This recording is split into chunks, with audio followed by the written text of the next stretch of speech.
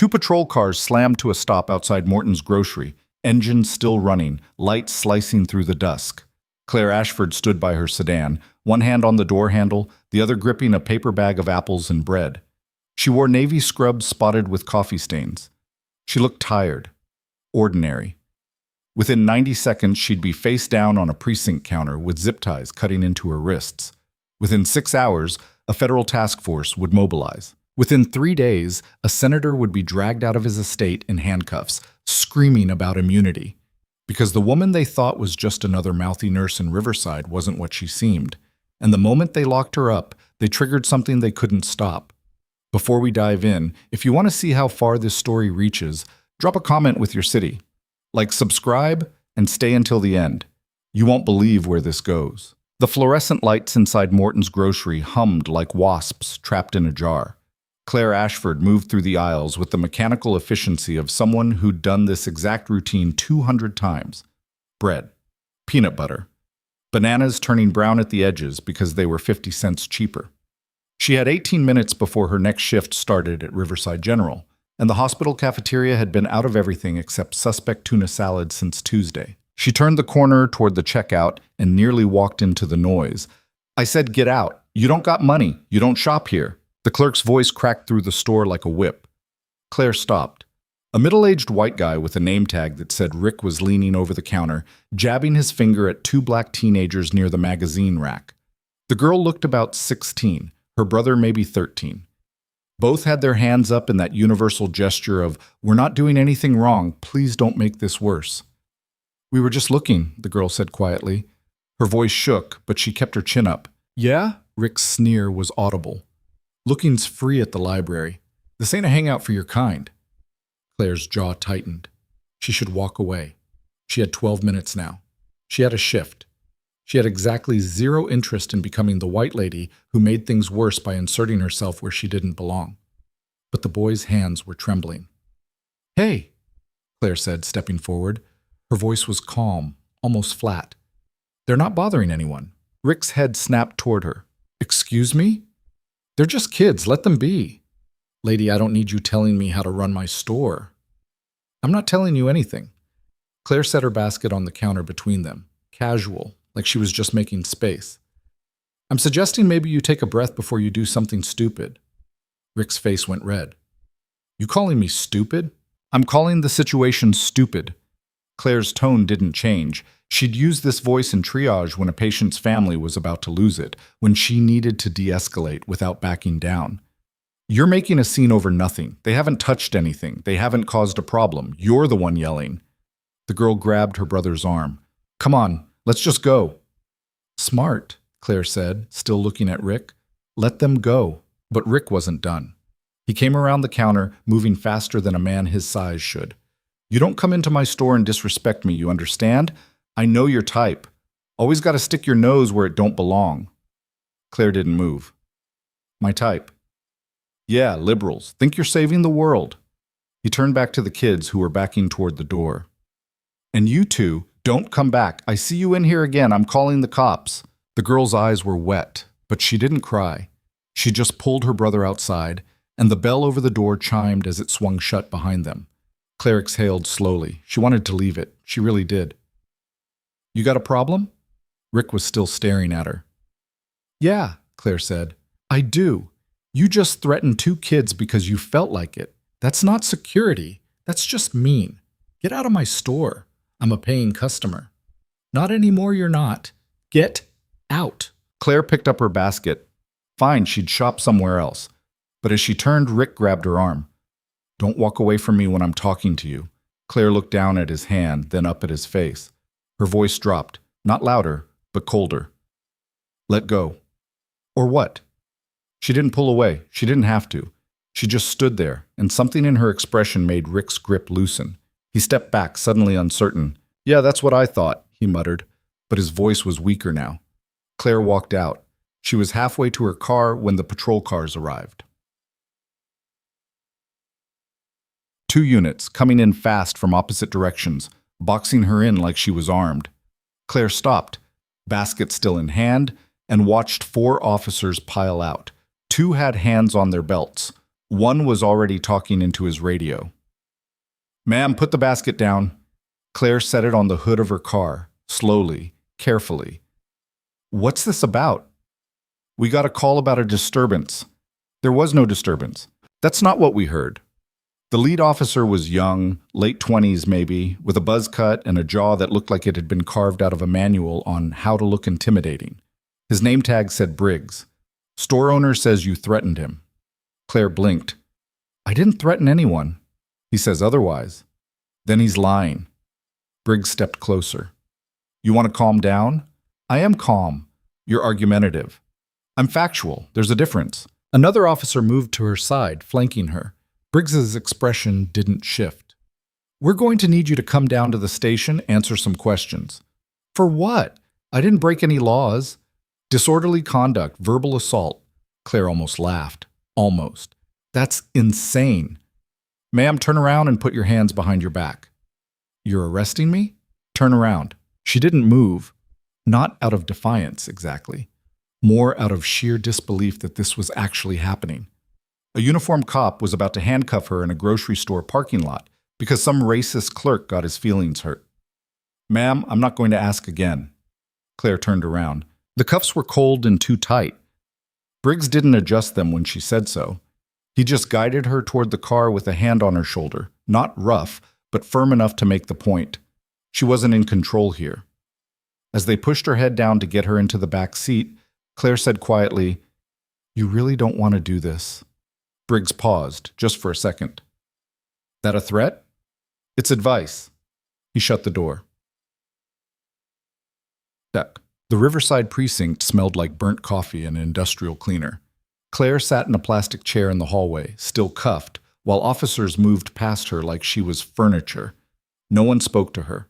No one explained anything. After 40 minutes, Briggs reappeared. "Come on." He led her into a cramped interrogation room with a table, 2 chairs, and a camera in the corner that may or may not have been recording.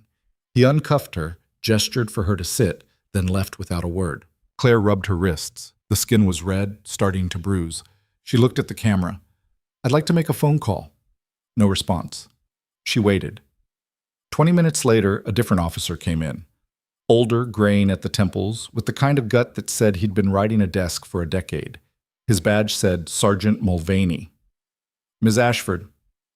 "I want my phone call."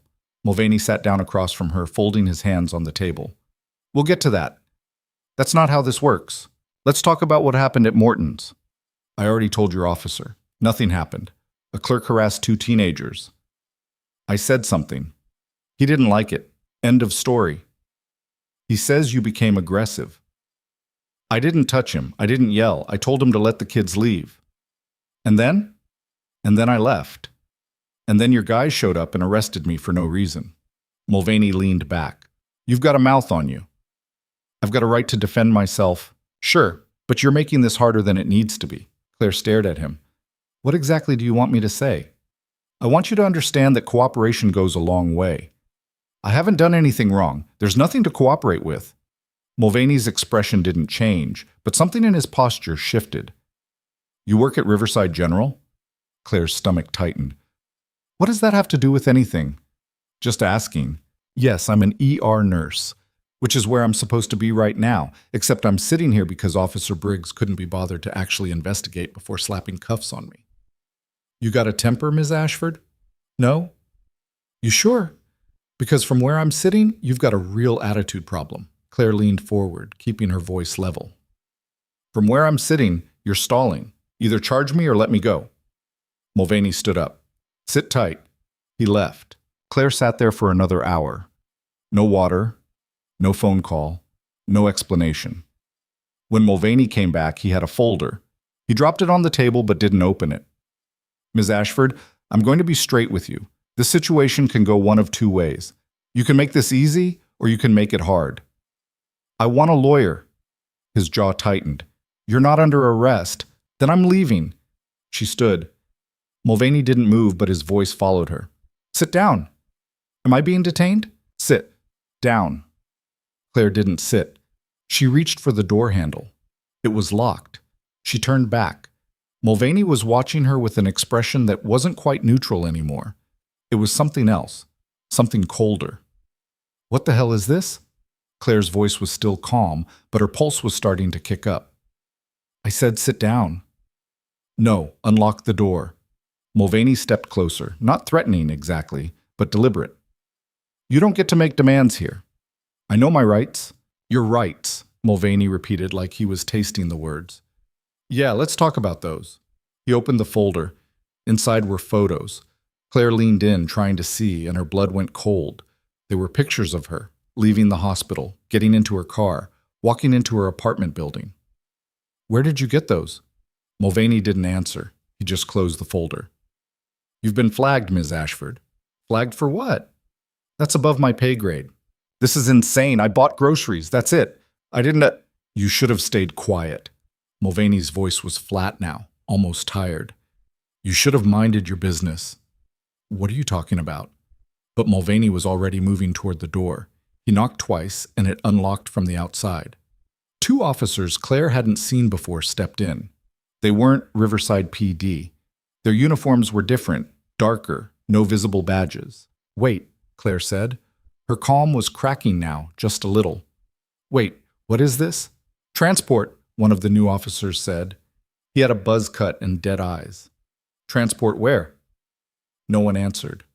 They cuffed her again. Tighter this time.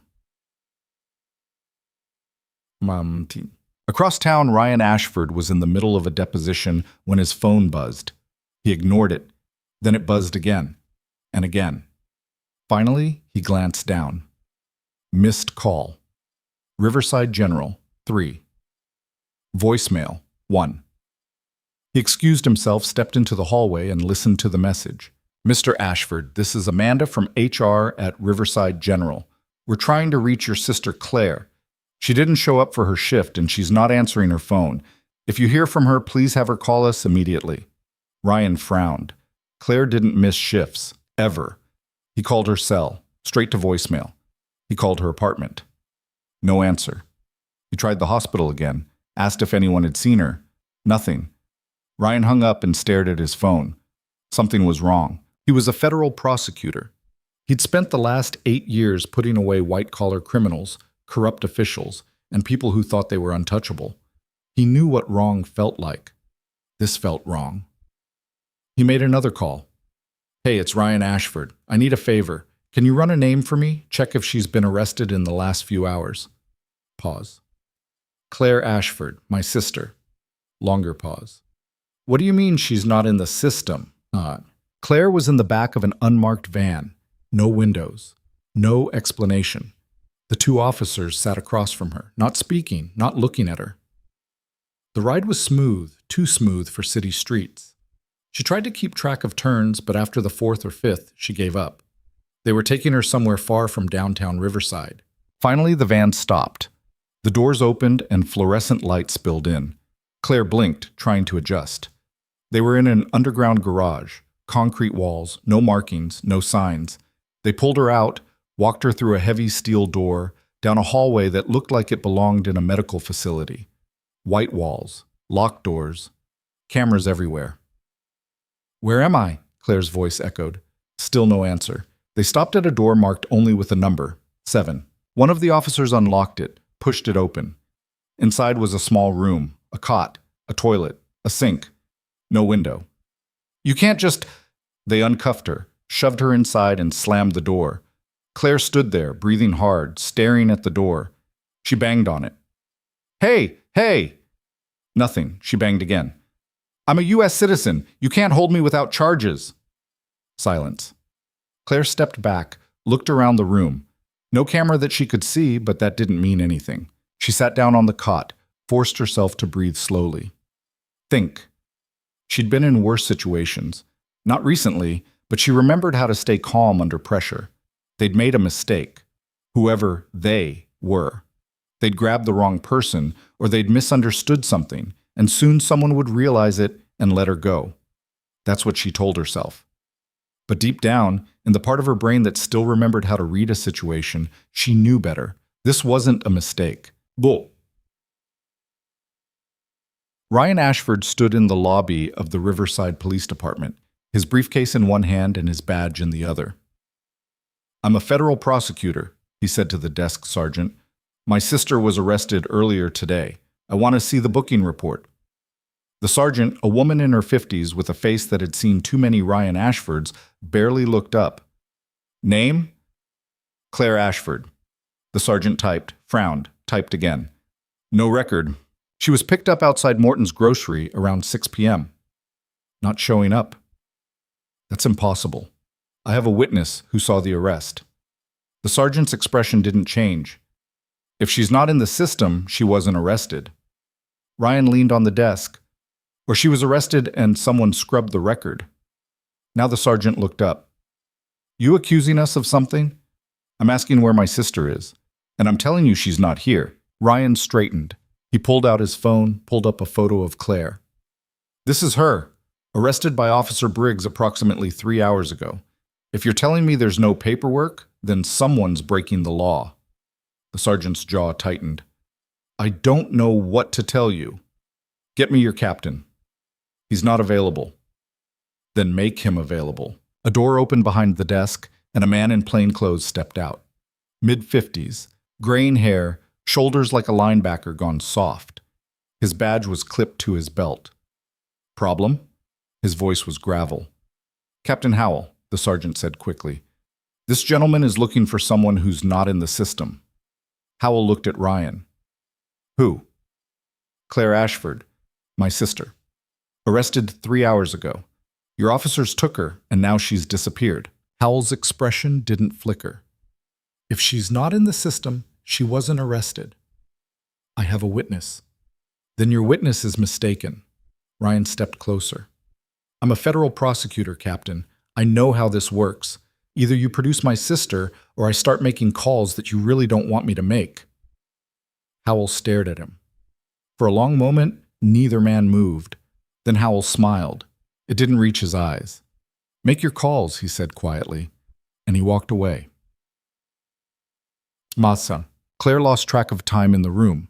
No clock, no windows. The light stayed on, humming faintly, never dimming. She tried counting seconds, but her mind kept drifting. At some point, maybe 2 hours later, maybe 4, the door opened. A woman stepped in. 40s, sharp suit, heels that clicked on the concrete floor. She carried a tablet and a thin file folder. Ms. Ashford. Claire stood. Who are you? My name is Director Lynn Carver. I'm here to ask you some questions. I want a lawyer. Carver smiled. It was the kind of smile that didn't involve warmth, just the correct arrangement of facial muscles. You're not under arrest, Ms. Ashford. This is purely voluntary. Then I'm leaving. I wouldn't recommend that. Why not? Carver set the tablet on the small table bolted to the wall. She opened the file folder, pulled out a single sheet of paper, and slid it across to Claire. Claire looked down. It was a military service record. Hers. Her stomach dropped. Let's start over, Carver said. Shall we? Claire kept her face blank as she stared at the paper. Her own photograph from 15 years ago looked back at her. Younger, harder, wearing desert fatigues. The header read U.S. Army Medical Corps, Specialist Claire M. Ashford, Trauma Unit, Forward Operating Base Sentinel. Carver watched her like a scientist observing a specimen. You didn't think that would stay buried forever, did you? I was honorably discharged. Claire's voice stayed level, but her fingers had gone cold. My service record is sealed. Sealed, not erased. Carver sat down across from her, crossing her legs with deliberate precision. You were deployed to 3 combat zones, Afghanistan, Iraq, and 1 tour we're not supposed to talk about. You treated soldiers, contractors, local civilians. You saw things most nurses never see. So did a lot of people, but most of them didn't also witness financial irregularities in military procurement. Carver tapped the tablet screen. Most of them didn't file incident reports about medical supplies being diverted, equipment going missing, funds disappearing from field hospital budgets. Claire's pulse kicked up, but she kept her breathing steady. I did my job. You did more than that. You documented everything. Dates, names, supply manifests.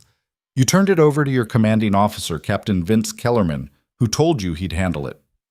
Carver leaned forward. Do you know what happened to Captain Kellerman? Claire didn't answer. He died in a vehicle accident 6 months after you filed your report. Single car collision on a rural highway in Georgia. Very tragic. Very convenient. What do you want? Carver smiled again, that same empty expression. I want to know what you remember. About what? About the procurement irregularities, about the contractors you encountered, about the people who were involved in moving military assets off the books. Claire shook her head slowly. That was 15 years ago. I was a medic. I treated wounded soldiers and tried not to get blown up. I don't remember supply chains. You're lying. Prove it. Carver's smile faded. She stood, picking up the tablet. Ms. Ashford, you're in a very precarious position. Right now you're sitting in a facility that doesn't officially exist, being questioned by people who don't officially work for any agency you've heard of. Your brother's outside making phone calls that won't go anywhere. Your coworkers think you flaked on your shift, and the longer you sit here being difficult, the harder this gets. Harder for who? For you. Carver moved toward the door, then paused. You stood up for 2 kids in a grocery store today. Very noble, very stupid. Because now you're on a list, and people on that list tend to have unfortunate accidents, just like Captain Kellerman. The door opened. 2 guards stepped in, different from before, bigger, less human in their expressions. Think about what you remember, Carver said. I'll be back in a few hours. The door closed, locked. Claire sat down hard on the cot. Her hands were shaking now, just slightly, and she pressed them flat against her thighs. She'd known this could happen. Not the specifics, not the kidnapping and the black site interrogation, but the general shape of it.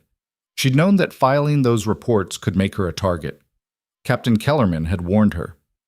This goes higher than you think, Ashford. Higher than me. You keep pushing, and someone's going to push back. She'd kept copies. Scanned every document, every manifest, every email. Stored them in 3 separate locations, encrypted, with instructions to release them if anything happened to her.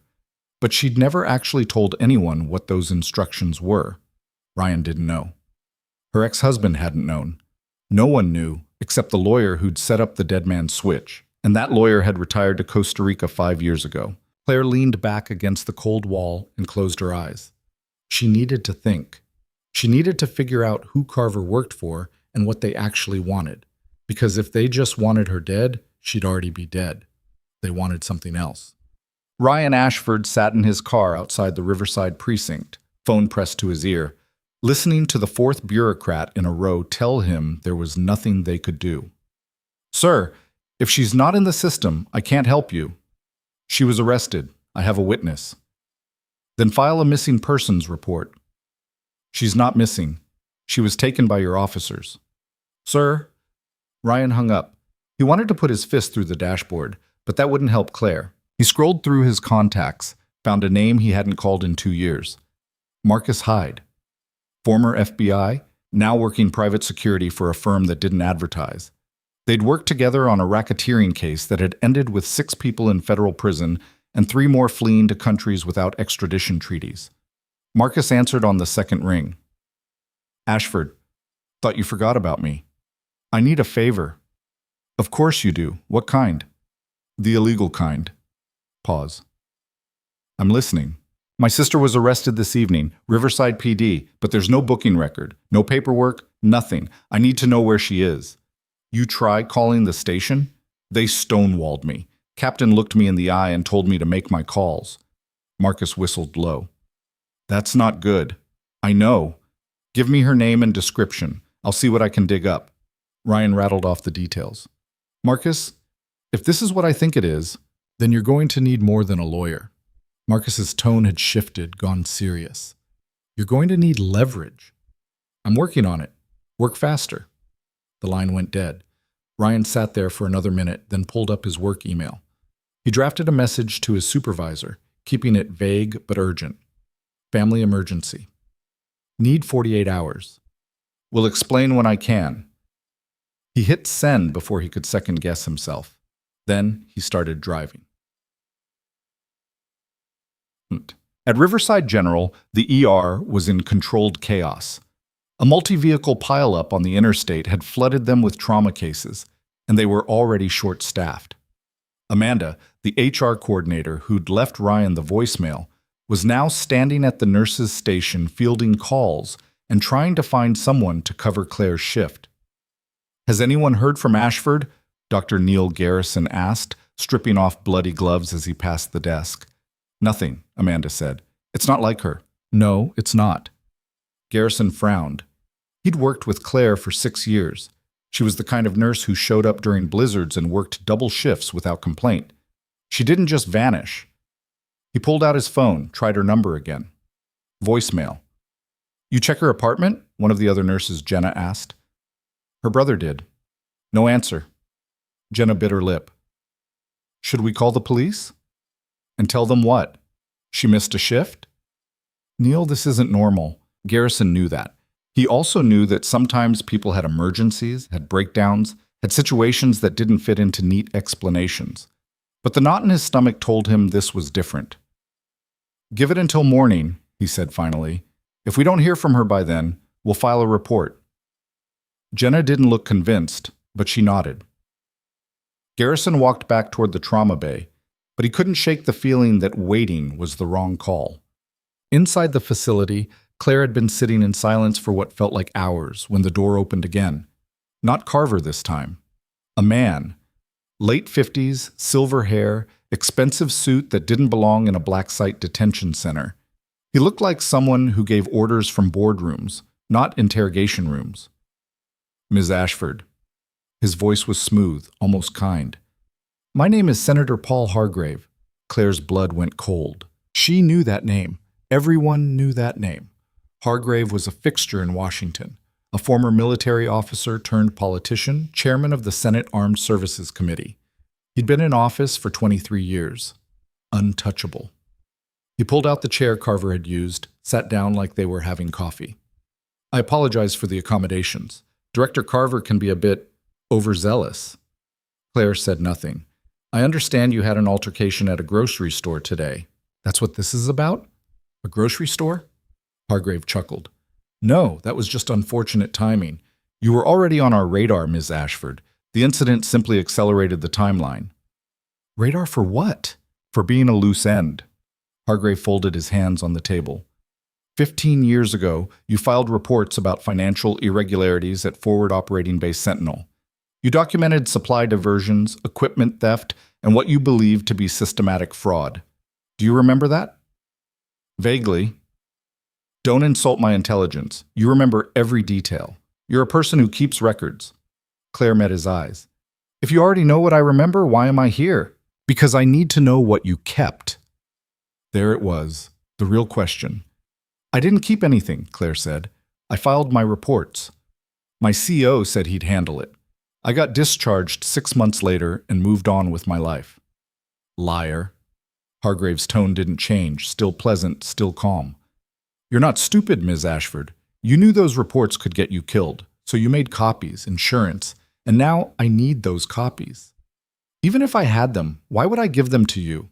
Because if you don't, your brother is going to have a very bad week. Hargrave pulled out his phone, tapped the screen, and turned it toward her. It was a live feed. Ryan, sitting in his car, parked outside what looked like a coffee shop. He was on his phone, looking frustrated. We've been watching him for the last 3 hours, Hargrave said. Right now he's making calls, trying to find you. Very noble, very foolish. If you don't cooperate, he's going to get himself hurt. And unlike you, he doesn't have any useful information. He's just collateral damage. Claire's jaw tightened. Touch him, and I'll burn everything you've built. Hargrave smiled. With what? The files you claim not to have? Try me. They stared at each other. The room was so quiet Claire could hear the hum of the ventilation system. Finally, Hargrave leaned back. You're in an impossible position, Ms. Ashford. You can't win. Even if you had those files, even if you released them, do you think anyone would care? A disgruntled veteran making accusations against a sitting senator? You'd be dismissed as unstable, conspiracy theorist, and your brother would still end up in a ditch. Then why are you here? Because I'm giving you a chance to walk away. Give me the files, tell me where they are, how to access them, and I'll make this all disappear. You go back to your life, your brother goes back to his. No one gets hurt.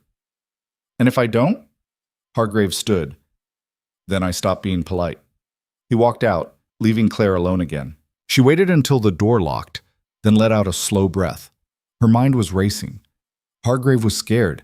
He wouldn't be here, wouldn't be making threats, if he wasn't terrified of what she had, which meant the files were more valuable than she'd realized.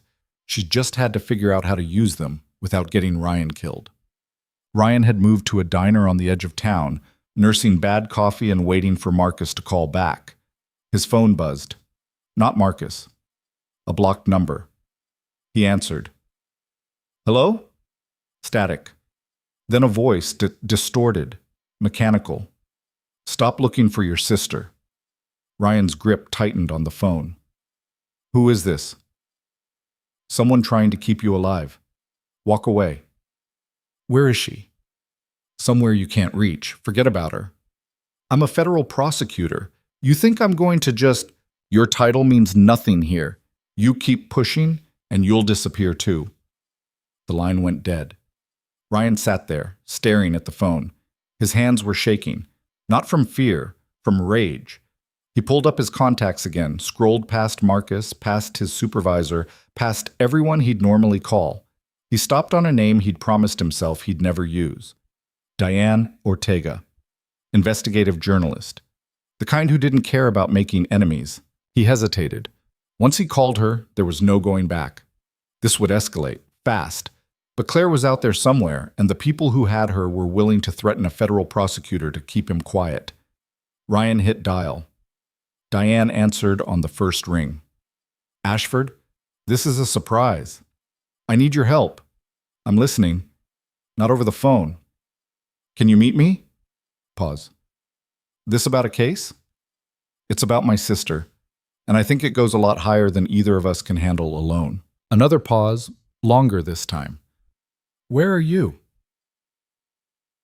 Once, back in the facility, Claire had been moved to a different room, smaller. No cot, just a chair bolted to the floor and a camera in the corner, red light blinking. She'd been sitting there for maybe an hour when the door opened. Carver again, but this time she wasn't alone. Two men in tactical gear flanked her, faces hidden behind masks. Ms. Ashford, Senator Hargrave gave you an opportunity, Carver said. You chose not to take it. I don't have what he wants. Then this is going to be unpleasant. One of the masked men stepped forward.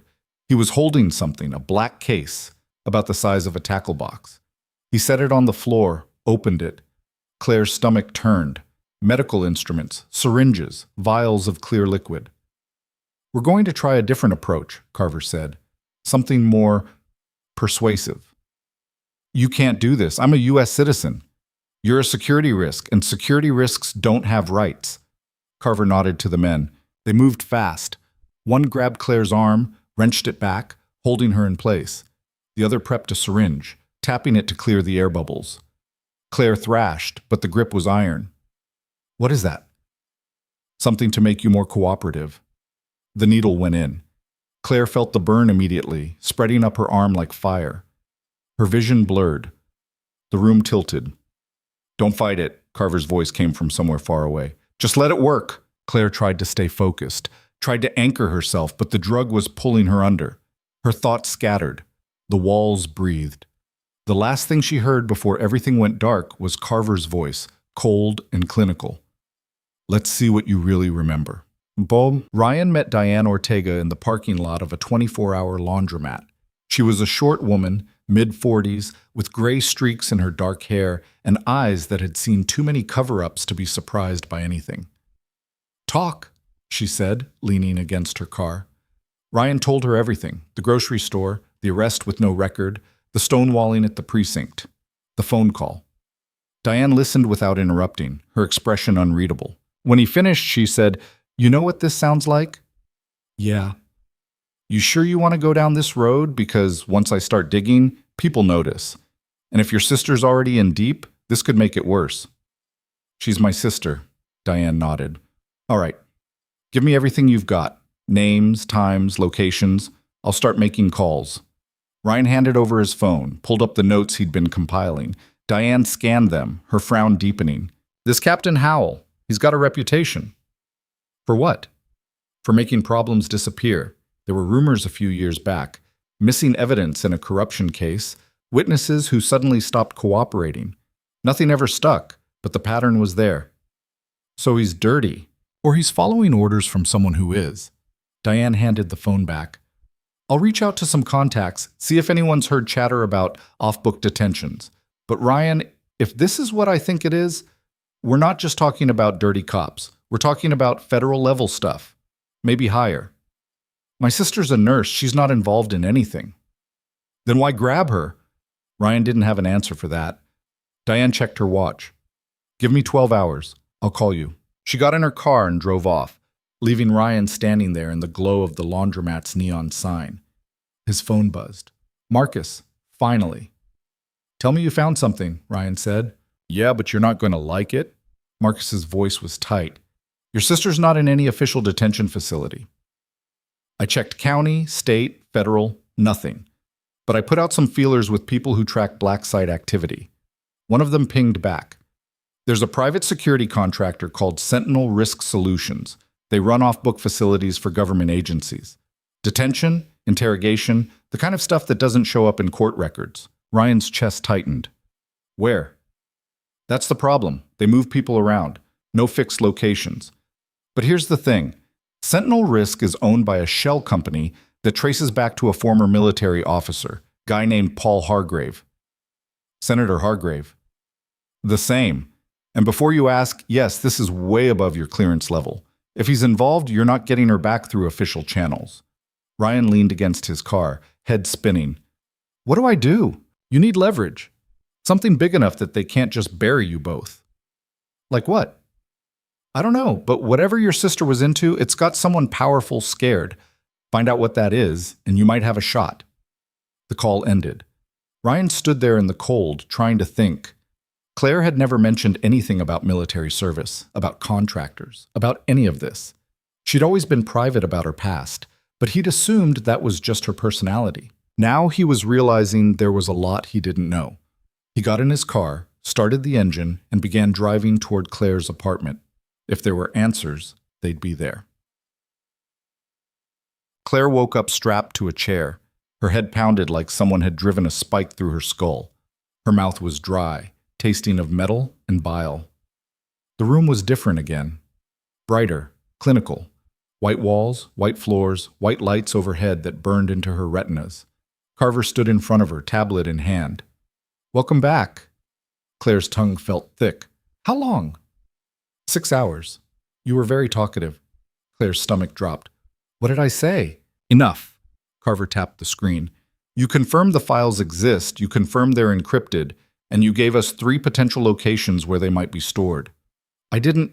Yes, you did. Carver leaned closer. You also mentioned a dead man's switch. A lawyer in Costa Rica. Very clever.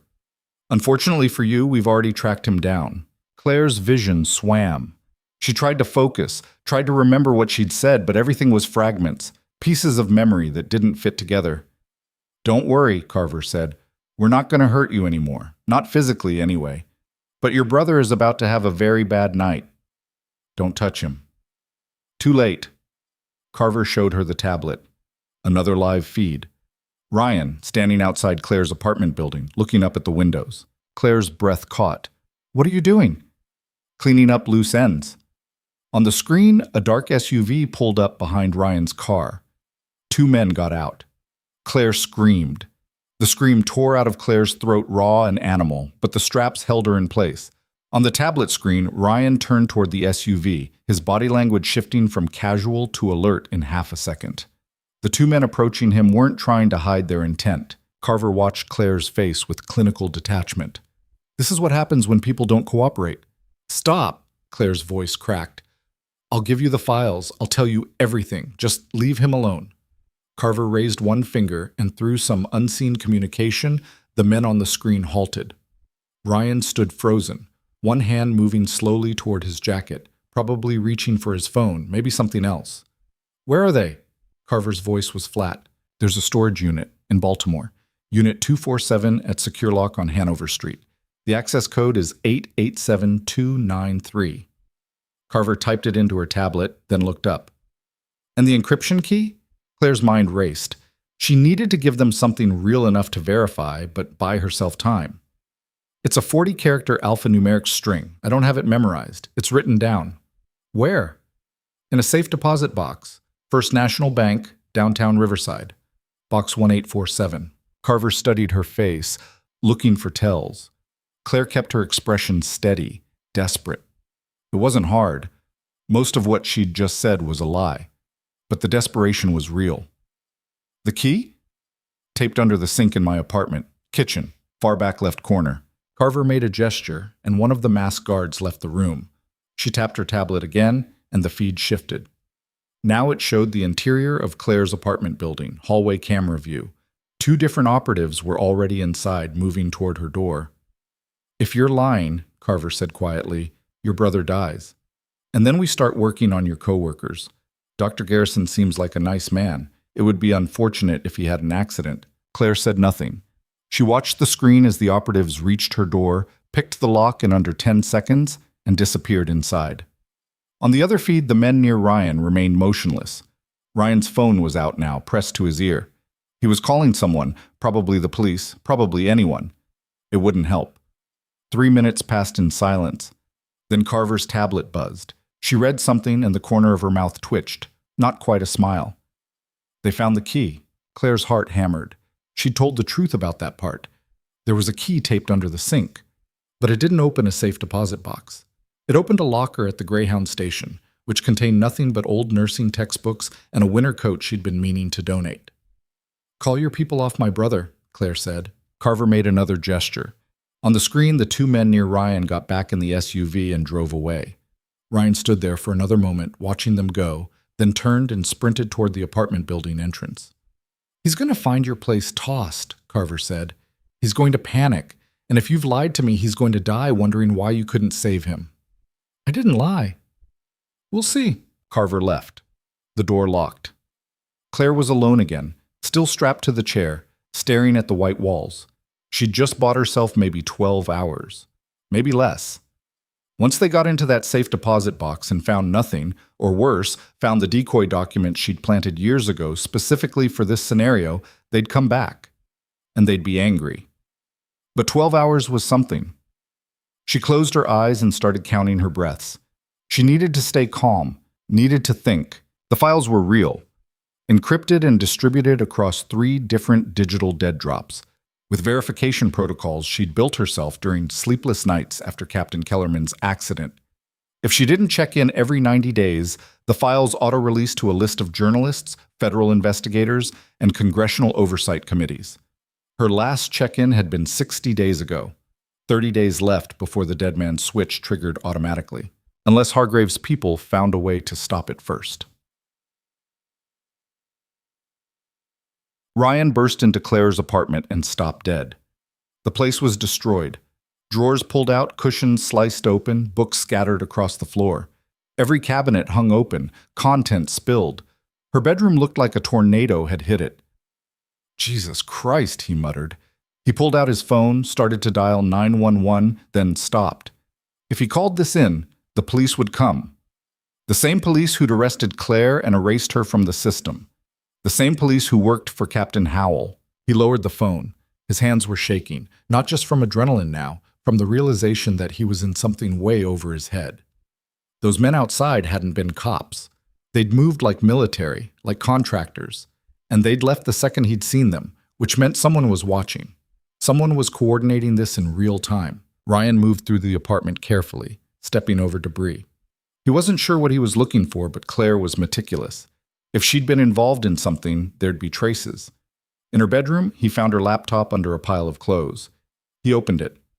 Password protected. He tried her birthday. Failed. Tried their mother's birthday. Failed. Tried the date of their father's death. It unlocked. Ryan exhaled. He opened her email, started scrolling. Mostly work stuff. Hospital schedules. Pharmacy reminders. A thread with her landlord about a leaky faucet. Nothing unusual. He checked her documents folder, tax returns, resume, a folder labeled recipes that actually contained recipes. Then he saw it. A folder buried 3 levels deep labeled insurance. Inside were PDFs, lots of them. Scanned documents, some so old the paper had yellowed before scanning. Military requisition forms, supply manifests, email printouts, names he didn't recognize next to dollar amounts that made his stomach turn. One email chain caught his eye, from someone named V. Kellerman to multiple recipients. Subject line: urgent. Financial discrepancy. FOB Sentinel. Ryan opened it. The email detailed millions of dollars in missing medical supplies, equipment ordered but never delivered, contractors paid for services never rendered. It named companies, dates, specific individuals who'd signed off on fraudulent invoices. At the bottom of the email chain, a reply from someone with the address Senator Hargrave at senate.gov. Captain Kellerman, I appreciate your diligence, but I assure you this matter is being handled through appropriate channels. Please cease your inquiry and allow the Oversight Committee to address these concerns. The date on the email was 15 years ago, 6 months before Captain Kellerman died in a car accident. Ryan sat down hard on Claire's bed, laptop balanced on his knees. His sister hadn't just witnessed fraud. She'd documented a cover-up that went straight to a sitting U.S. senator. His phone buzzed. Marcus. Ryan, where are you? Claire's apartment. It's been tossed. Get out, now. I found something. Files. Evidence of... I don't care what you found. Get out of there. They'll be back. Who's they? Sentinel Risk Solutions just filed a flight plan for a private jet out of Riverside Regional Airport. Destination? Baltimore. That mean anything to you? Ryan's blood went cold. How do you know that? I have friends who track this kind of thing. Ryan, if they're moving assets to Baltimore, it means they're looking for something. And if they think it's there, that's where you need to be. I can't just... Your sister's life depends on it. Move. The call ended. Ryan grabbed the laptop, shoved it in his messenger bag, and ran. At Riverside General, Dr. Neil Garrison was finishing up with a patient when his phone rang. Unknown number. He almost didn't answer, but something made him pick up. Dr. Garrison? Speaking. My name is Diane Ortega. I'm an investigative journalist. I'm calling about Claire Ashford. Garrison straightened. What about her? When's the last time you saw her? Yesterday evening. She was supposed to work tonight but never showed. Why? Because she's been detained by a private security contractor working for people who don't want her talking about something she witnessed 15 years ago. Garrison's grip tightened on the phone. That's insane. Is it? When's the last time Claire missed a shift without calling? He didn't answer. Dr. Garrison, I need to know everything you can tell me about Claire. Her background, her habits, anyone she might have confided in? This is life or death. I don't know you. I'm not giving you information about my staff. Then call her brother, Ryan Ashford, federal prosecutor. He'll confirm everything I just said. Diane rattled off a number. Garrison wrote it down on a prescription pad, then hung up without responding. He stood there for a moment, processing. Then he dialed the number. Ryan answered on the first ring. Who is this? Dr. Neil Garrison? I work with your sister. I just got a call from a journalist named Diane Ortega saying Claire's been detained. Is that true? Pause. Yes. By who? People connected to Senator Paul Hargrave. It's related to something she witnessed when she was in the military. Garrison's mind reeled. Claire was in the military? Army Medical Corps. Deployed overseas. I didn't know either. Where is she now? I don't know, but I'm trying to find her. Garrison looked around the ER. His colleagues were moving through their routines, treating patients, filling out charts. Normal Tuesday night chaos. None of them knew that one of their own was missing.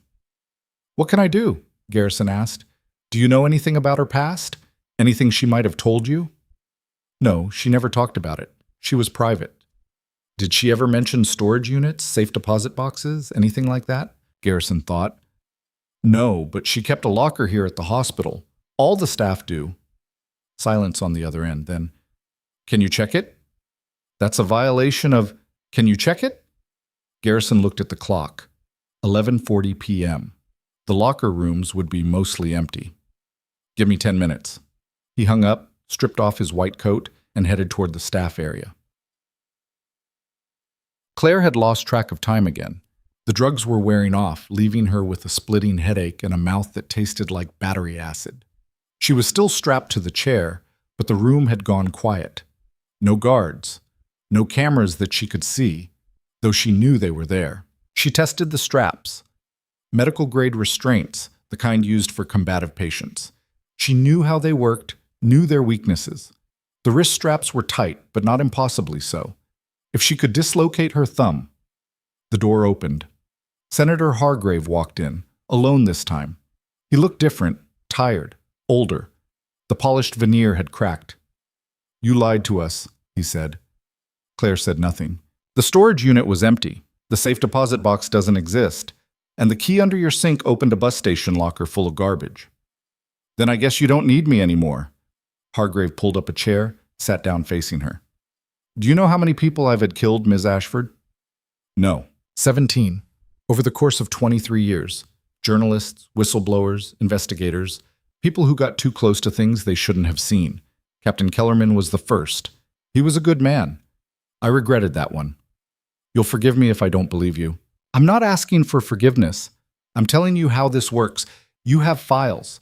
Files that could destroy me. Destroy a network of people who've been moving assets and money for 2 decades. If those files go public, a lot of powerful people go to prison. Wars get re-examined. Congressional hearings happen. It's a mess.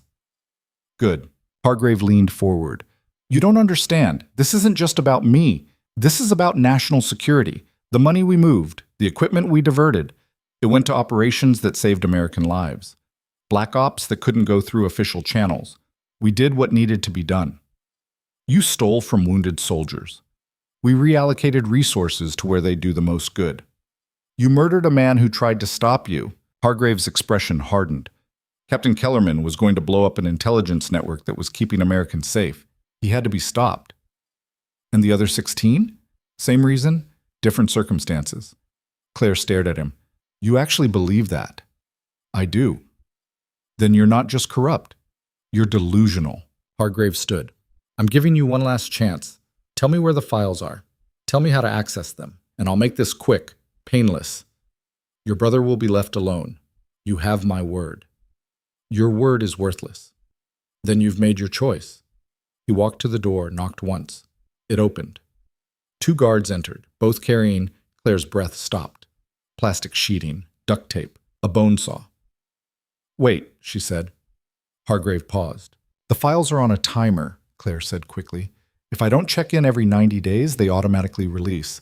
And I'm due to check in 30 days from now. Hargrave turned. Where do you check in? Dark web server. Anonymous, encrypted. I'm the only one with the access credentials. Give them to me. No. Then you're useless. Kill me and the files release in 30 days. Keep me alive and I can extend the deadline. Buy yourself time to figure out how to stop it. Hargrave studied her. You're bluffing. Am I? You've already verified I'm smart enough to set this up. Do you really want to risk it? The silence stretched. The guards stood there with their plastic sheeting waiting for orders.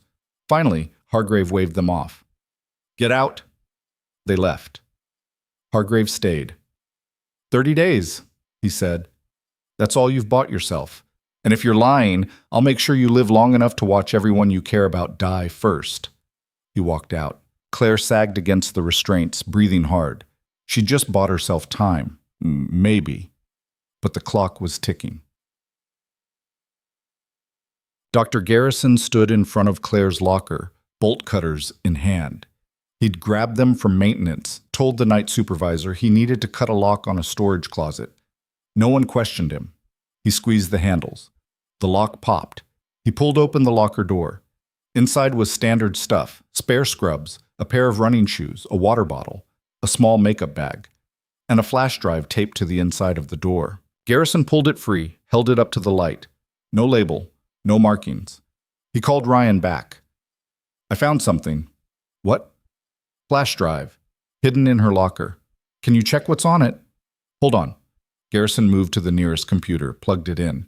The drive auto-opened. Single folder, single file, a video. He clicked play. Claire's face appeared on screen. She looked younger, maybe 30, sitting in what looked like a cheap hotel room. Her hair was shorter. Her eyes were harder. If you're watching this, video Claire said, it means I'm either dead or I've been disappeared. My name is Claire Ashford, former U.S. Army Medical Corps, serial number 279458882. I served 3 tours, primarily at Forward Operating Base Sentinel in Afghanistan. Video Claire took a breath. During my deployment, I witnessed systematic theft of military medical supplies, equipment, and funds totaling over $40 million. I documented everything and reported it to my commanding officer, Captain Vince Kellerman. 6 months later, Captain Kellerman died in what was ruled an accident. It wasn't. She leaned closer to the camera.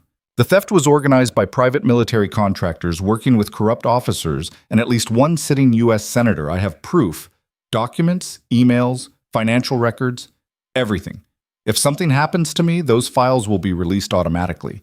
But if you're seeing this, it means someone stopped the automatic release. She paused. The backup is in a safety deposit box at First National Bank, Baltimore. Box 1847. The key is hidden in a locker at the Greyhound station in Riverside, locker 23. The combination is 4-8-15-16-23-42. Inside you'll find detailed instructions on how to access the encrypted files. Video Claire looked directly into the camera. Don't let them bury this. Don't let them win. The video ended. Garrison stared at the blank screen, then at the phone. Did you get all that? Every word, Ryan said. His voice was shaking. I'm 20 minutes from Baltimore. I'll get the box. Ryan, if this is real, it's real. I've already seen some of the files. She wasn't lying. Garrison pulled the flash drive out, pocketed it. What do you need from me? Keep that drive safe, and if anything happens to me, give it to Diane Ortega. She'll know what to do with it. Who is Diane Ortega? Someone who doesn't scare easily. The call ended. Garrison stood there in the empty locker room, holding a flash drive that could potentially bring down a U.S. senator, and wondered how the hell his Tuesday night shift had turned into this. Ryan pulled up to First National Bank in Baltimore at 1:47 a.m. The bank was closed, obviously, but there was a 24-hour access entrance for safe deposit boxes. He had the key from the Greyhound locker. He'd stopped there first, exactly where Claire had said it would be. He swiped his sister's bank card at the entrance. The system beeped. Unlocked. Inside, the vault area was empty. Fluorescent lights hummed. Rows of metal boxes lined the walls. Ryan found box 1847, inserted the key, turned it. The box slid out.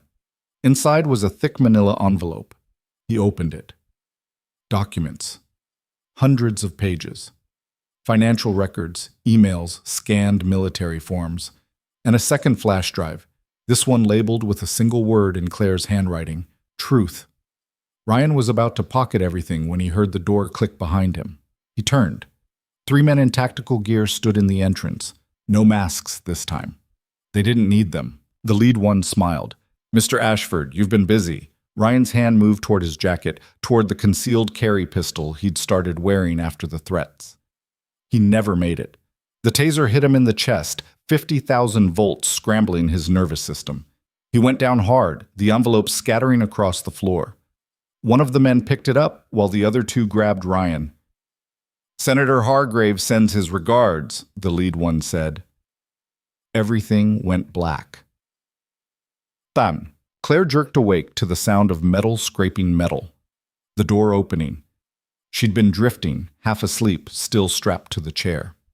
Carver entered, tablet in hand. Her expression was different now, almost pleased. Good news, she said. We found your brother. Claire's heart stopped. He was at the bank. Very clever, sending him on a scavenger hunt, but not clever enough. Carver showed her the screen. Ryan, unconscious, zip-tied to a chair in a room that looked identical to the one Claire was in. No, Claire whispered. He had the files, the real ones this time. We've already started decryption. You said you'd leave him alone. I said we'd leave him alone if you cooperated. You didn't. You lied again. Carver leaned in close. So now we have both of you, and we don't need you anymore. She turned to leave. Wait, Claire's voice cracked.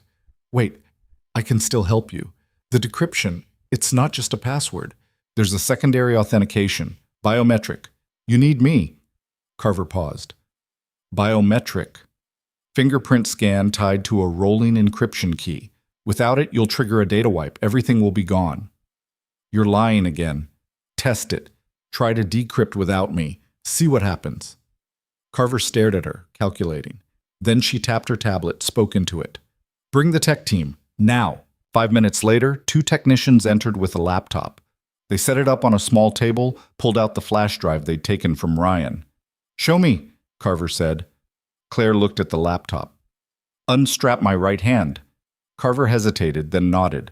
One of the guards released Claire's wrist restraint. Claire flexed her fingers, getting blood flow back. She reached for the laptop, pulled up the decryption interface. It looked legitimate. She'd built it carefully, layers of security that seemed real but were actually smoke and mirrors. "I need the drive," she said. They plugged it in. Claire typed a command, brought up a biometric authentication screen. "Now watch." She pressed her thumb to the laptop's fingerprint scanner. The screen flashed. Authentication failed. "Try again," Carver said. Claire tried. Same result. "It's not working because you moved me," Claire lied.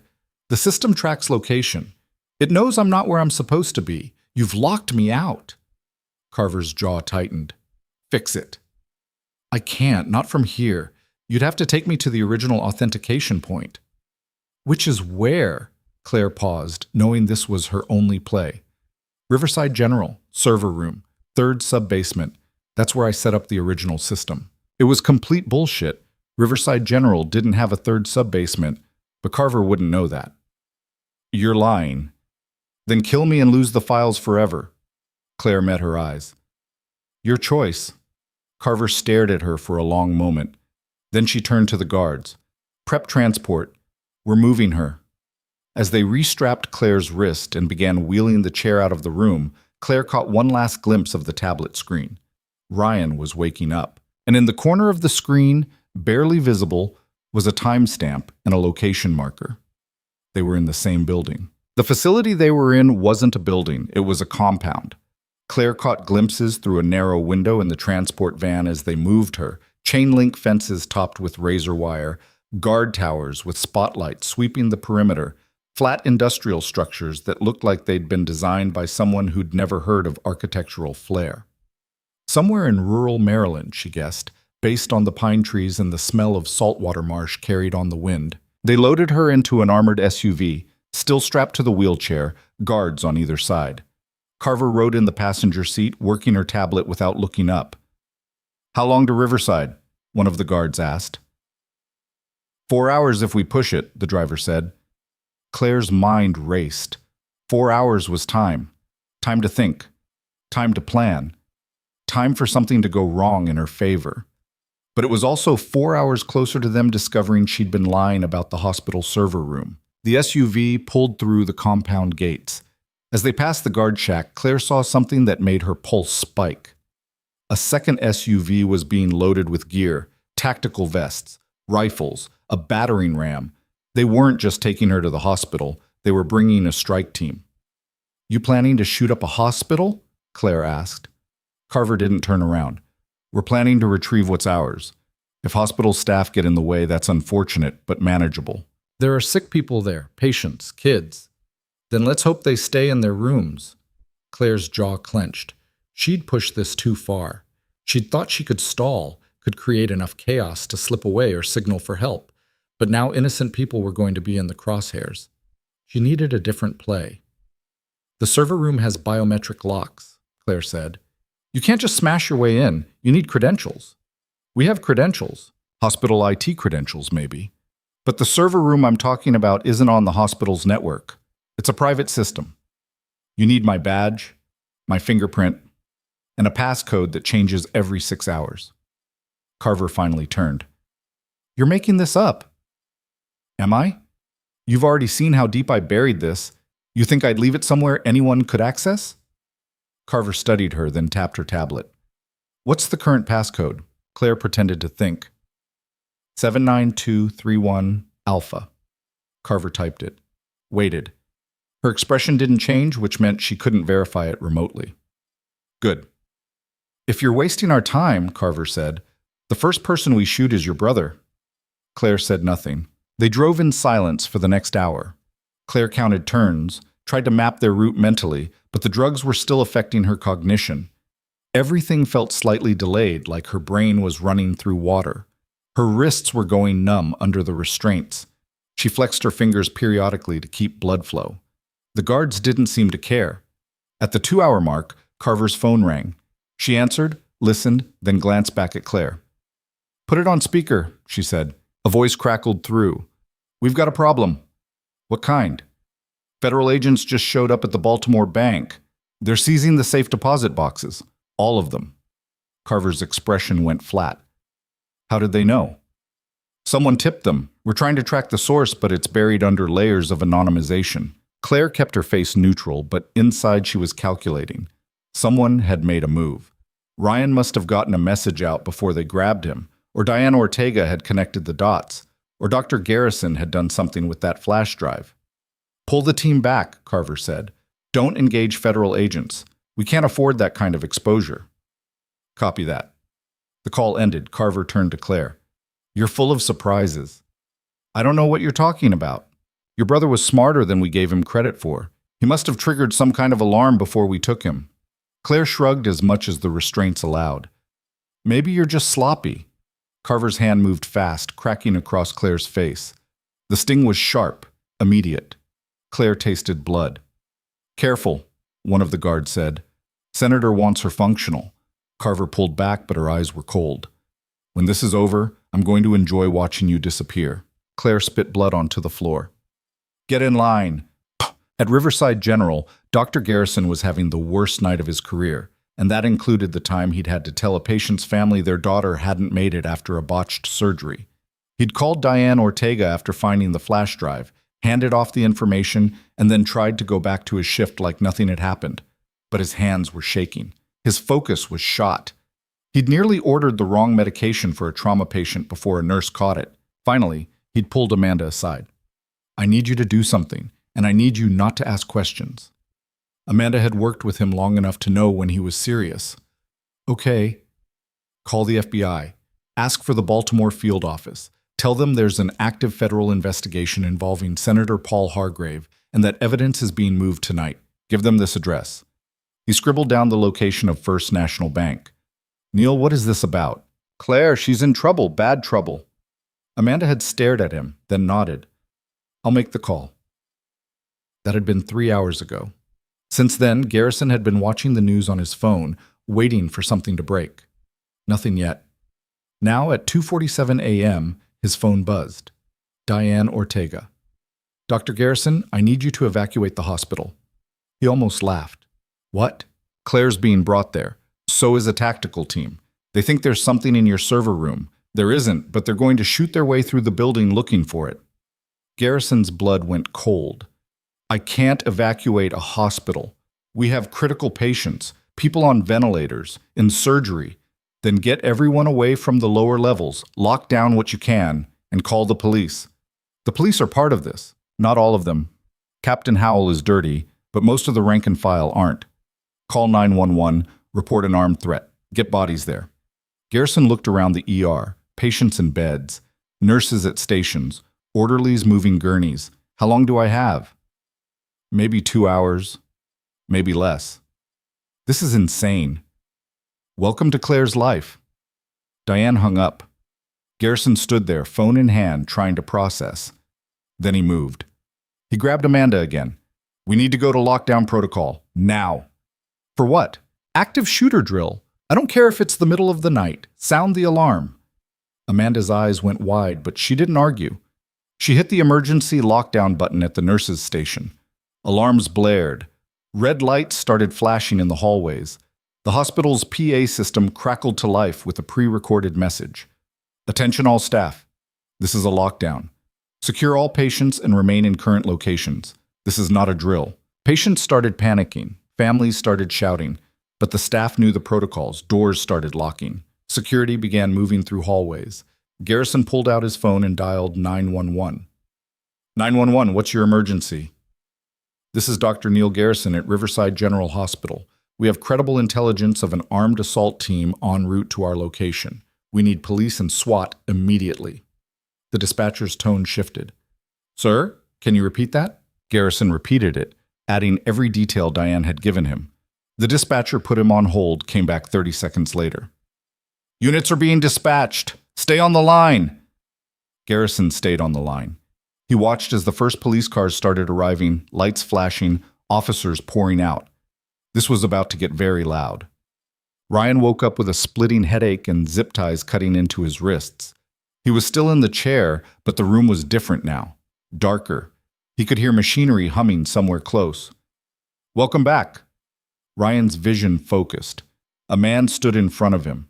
Older, silver hair, expensive suit. He looked familiar. "Senator Hargrave," Ryan said. His voice was rough. "Mr. Ashford, your sister speaks highly of you." "Where is she?" "On her way to fix a problem she created." Hargrave pulled up a chair, sat down like they were having a casual conversation. "You're a federal prosecutor, smart man. You understand how the world works. I understand you kidnapped a federal employee. That's a felony. Only if anyone finds out."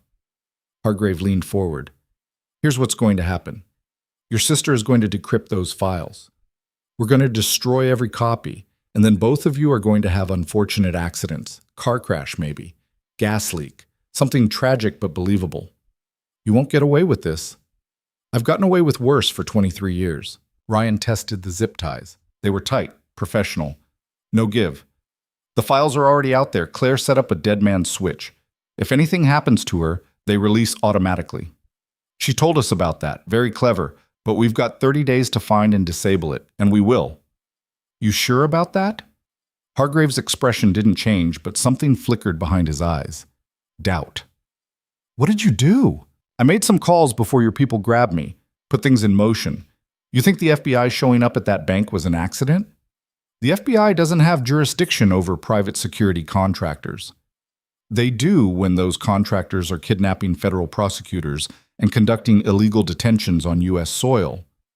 Ryan smiled, even though his head was pounding. "You're done, Senator. You just don't know it yet." Hargrave stood. "We'll see about that." He walked out, leaving Ryan alone in the dark. Ryan immediately started working the zip ties. He'd been trained in this.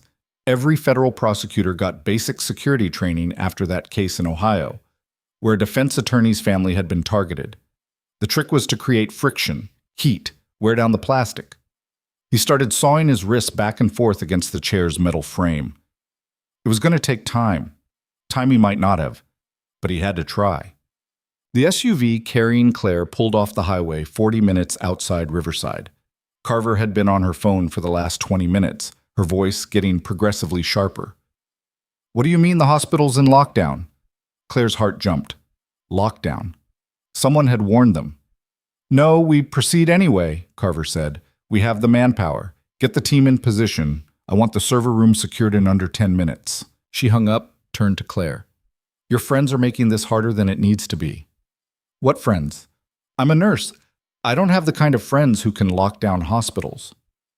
Someone called it in. Someone knew we were coming. Claire kept her expression blank, but inside she was racing through possibilities. Garrison. It had to be Garrison. He'd found something, made calls, put pieces together. Smart man. The SUV accelerated. They were pushing 80 now, weaving through sparse late-night traffic. The second SUV, the one with the tactical team, was somewhere behind them. "How many people are you planning to hurt tonight?" Claire asked. Carver didn't answer. "Because when this goes sideways, and it will, those people will have families. They'll have names. And everyone's going to know you gave the order. Shut up. You think Hargrave's going to protect you? You think when the walls close in, he won't throw you under the bus to save himself?" Carver turned in her seat, and for the first time, Claire saw something other than cold calculation in her eyes. Uncertainty. "You don't know anything about loyalty," Carver said. "I know the senator's been doing this for 23 years. I know he's had 17 people killed. You think you're special? You think you're not just another name on a list?" I said shut up. But Claire could see it now, the crack in the armor. Carver was a true believer, someone who'd bought into Hargrave's vision of necessary evil. But deep down, she was starting to wonder if she'd backed the wrong horse, Claire pressed. "When this explodes, and it's going to explode, you're the one who'll take the fall. You're the one whose face will be on the news. Hargrave will be at some podium expressing shock and sadness, talking about rogue contractors, and you'll be in a cell waiting for trial. One more word and I'll gag you." Claire shut up. She'd planted the seed. That was enough. They arrived at Riverside General at 3:42 a.m. The hospital was lit up like a Christmas tree, police cars surrounding the building, officers setting up a perimeter. Carver cursed under her breath. "Fall back," she said into her phone. "Do not approach. Repeat, do not approach." The tactical team's SUV, which had been pulling into the parking lot behind them, reversed out and disappeared down a side street. Carver turned to the driver. "Get us out of here." But before they could move, a police cruiser pulled across the exit, blocking them in. An officer stepped out, hand on his weapon. "Shut off the engine and step out of the vehicle." Carver's hand moved to her jacket. One of the guards leaned forward. "Ma'am, we're boxed in. If we shoot a cop, this becomes national news." "I know that," Carver snapped. The officer approached, tapping on the driver's window. "I need everyone out, now." The driver looked at Carver. She stared straight ahead, calculating. Then, slowly, she nodded. They stepped out, hands visible. Claire was still strapped to the wheelchair inside the SUV. The officer looked in, saw her, and his expression changed. "We've got a restrained individual in here," he called back. "Get EMS." More officers converged.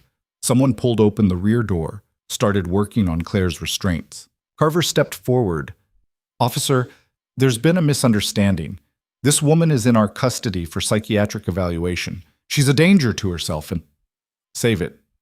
The officer didn't even look at her. "We've got a federal warrant out for the detention of Claire Ashford. You're not taking her anywhere." Claire's restraints came loose. Her wrists were raw, bleeding in places. A paramedic appeared with a gurney. "Ma'am, can you walk?" "Yeah." Claire's legs were shaky, but she stood. She looked at Carver, who was being handcuffed now, along with the guards. Their eyes met. Carver's expression was pure rage. "This isn't over," Carver said. "Yeah," Claire said. "It is." Inside the hospital, Garrison met Claire as they wheeled her into the ER. She waved off the gurney, insisted on walking, though she leaned heavily on a nurse's arm. "You look like hell," Garrison said. "I feel worse." Claire's voice was hoarse. "My brother, they have my brother." "Where?" "I don't know. Same facility where they held me, but I don't know where that is." Garrison pulled out his phone, called Diane Ortega. "Claire's here, she's safe, but her brother's still missing." Diane's voice came through the speaker. "I'm working on it. The FBI's been briefed. They're tracking Sentinel Risk Solutions assets. Every facility, every contractor, every connection to Hargrave. It's a full court press." "How long?" "Hours, maybe. These things don't move fast." Claire grabbed the phone.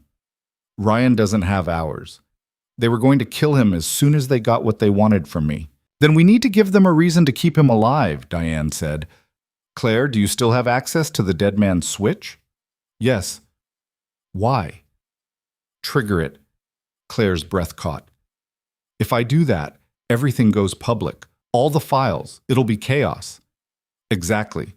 Once those files are out, killing Ryan doesn't help them. The damage is done. He stops being a liability and becomes a witness they can't afford to touch." Claire looked at Garrison. He nodded. "Do it," he said. Claire pulled out her phone, the one the police had recovered from the SUV, and returned to her. Her hands were shaking as she opened a browser, navigated to a darknet site, entered a series of passwords and authentication codes. A screen appeared. Red text. "Dead man switch, armed. Confirm release?" Claire hesitated. Once she hit this button, there was no taking it back.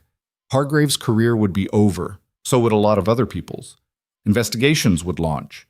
Prosecutions would follow. It would be years of hearings, trials, media circuses. But Ryan would be alive. She hit confirm. The screen flashed. Release initiated. Distribution in progress. "It's done," Claire said quietly. Diane's voice came through the phone. "How long until the files go live?" "They're encrypted packages being sent to multiple recipients. Journalists, congressional committees, FBI field offices.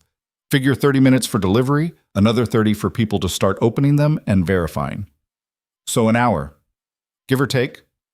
Then we wait." At the compound in rural Maryland, Senator Hargrave was in his office when his phone started blowing up.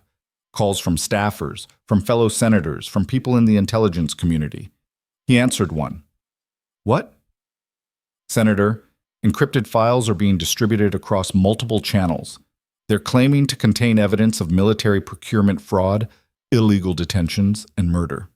Your name is on everything. Hargrave's hand tightened on the phone. When? They started hitting inboxes 10 minutes ago. The New York Times just confirmed they received a package. So did the Washington Post, the FBI, and the Senate Ethics Committee. Shut it down. Sir, we can't. It's already out there. Hargrave hung up. He sat there for a moment, staring at the wall. 23 years. He'd built an empire on carefully managed secrets, on knowing when to push and when to pull back, on eliminating threats before they became problems. He'd miscalculated. He picked up his phone, dialed Carver. No answer. He tried the tactical team. No answer. He tried the facility's security desk. Where's Director Carver? Sir, she was arrested 2 hours ago. Riverside police took her into custody. And the Ashford woman? Also taken by police. What about the brother? Still in detention block C. Hargrave stood. Bring him to my office, now. Sir, now. 10 minutes later, 2 guards dragged Ryan into the office. He was still zip-tied, still wearing the same clothes, but his eyes were clear and focused. Hargrave dismissed the guards. Leave us. They hesitated, then left. Hargrave and Ryan stared at each other. Your sister just ended my career, Hargrave said. Good. You don't understand what you've done. The operations those funds supported, the intelligence networks, the lives saved, by stealing from wounded soldiers, by murdering whistleblowers, by doing what needed to be done when the system was too slow, too bureaucratic, too weak to act. Hargrave's voice rose. I served this country for 40 years. In uniform, in Congress. I've bled for it. And now I'm going to be destroyed by a nurse and a prosecutor who think they're heroes. You destroyed yourself, Ryan said, the moment you decided the rules didn't apply to you. Hargrave pulled a pistol from his desk drawer. Ryan's eyes widened. Sir, shut up. Hargrave's hand was steady, but his eyes were wild. I'm not going to prison. I'm not going to be paraded in front of cameras and torn apart by people who've never made a hard decision in their lives. Killing me won't stop this. No, but it'll feel better than doing nothing. The door burst open. Federal agents in tactical gear poured in, weapons drawn. Drop the weapon! Hargrave turned, pistol still in hand. For a moment, Ryan thought he was going to fire, force them to shoot him. Instead, Hargrave set the gun on the desk and raised his hands. Senator Paul Hargrave, the lead agent said, you're under arrest for conspiracy, kidnapping, and about a dozen other charges we're still counting. They cuffed him. As they led him past Ryan, Hargrave stopped. This won't end the way you think, he said quietly. Yeah, Ryan said. It will. Osuas. 48 hours later, the media firestorm was in full swing. Senator Hargrave's face was on every news channel, the files Claire had released forming the backbone of investigations across multiple agencies. Director Carver had flipped, offering testimony in exchange for a reduced sentence. The tactical team members were being rounded up one by one. Claire sat in a conference room at the FBI's Baltimore field office, giving her statement for the third time. Her wrists were bandaged. Her face still showed bruises from Carver's hit, but she was alive. Ryan sat beside her, occasionally interjecting details. He'd been checked out by doctors, cleared physically, though Claire could see the haunted look in his eyes. Getting a gun pointed at you did that. The FBI agent across from them, a woman named Special Agent Kendall Morris, closed her folder. Ms. Ashford, I want to be clear. What you did, keeping those files, setting up the dead man's switch, probably saved a lot of lives, including your own. And Captain Kellerman? Claire asked. The other people Hargrave had killed? We're opening investigations into all of them. It'll take time, but we're going to get justice. Claire nodded. She didn't feel victorious. She felt tired. What happens now? Ryan asked. For you two? You go home, try to get back to normal. We'll need you for testimony when the trials start, but that's months away. Normal. Claire almost laughed. She'd been a nurse 3 days ago. Now she was a federal witness in one of the biggest political scandals in decades. They left the FBI office. Ryan's car was in the parking lot. He'd driven down from Riverside after being released. You want to get coffee? He asked. I want to sleep for a week. Fair. They stood there for a moment, not quite ready to separate. Claire, Ryan said, Why didn't you ever tell me? About the military stuff. About the files.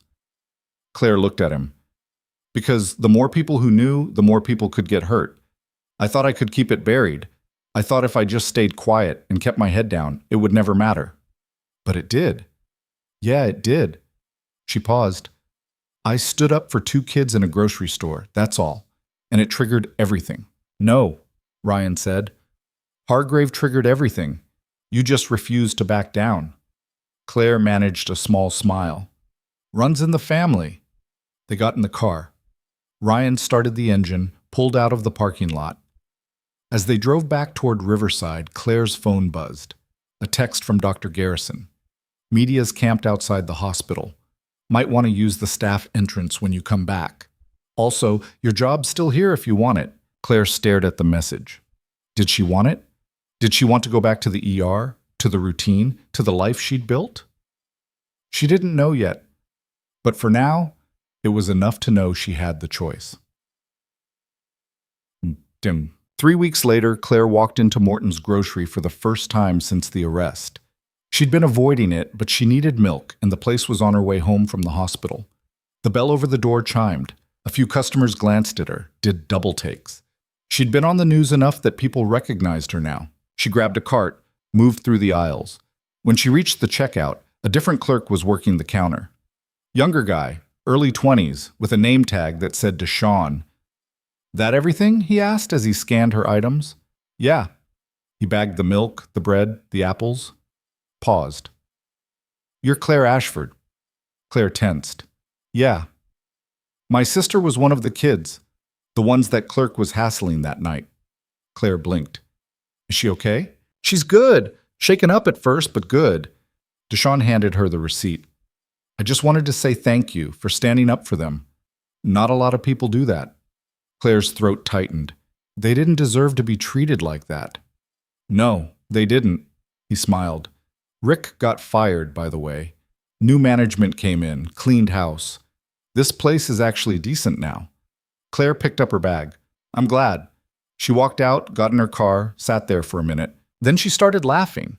Not from joy, exactly. More from the sheer absurdity of it all. She'd brought down a senator, exposed a decades-long conspiracy, and survived a black site detention. All because she'd told a racist clerk to back off. Her phone rang.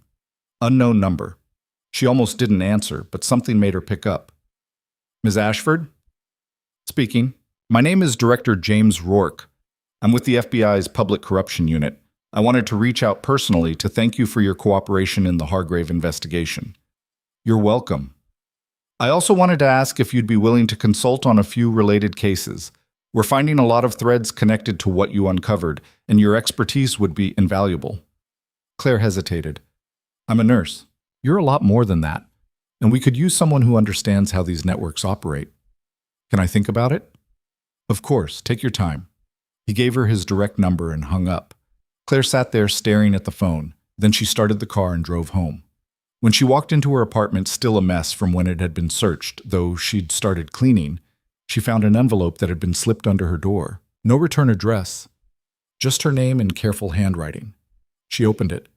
Inside was a single sheet of paper. A list of names. 23 of them. Next to each name was a date and a location. At the bottom, a handwritten note. The ones Hargrave didn't want you to know about. The ones before Kellerman. You were right to keep digging. Finish what you started. No signature.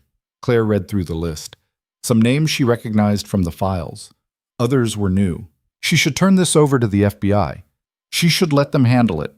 But as she stood there looking at the names of people who'd been silenced, who'd been erased, she felt something shift inside her.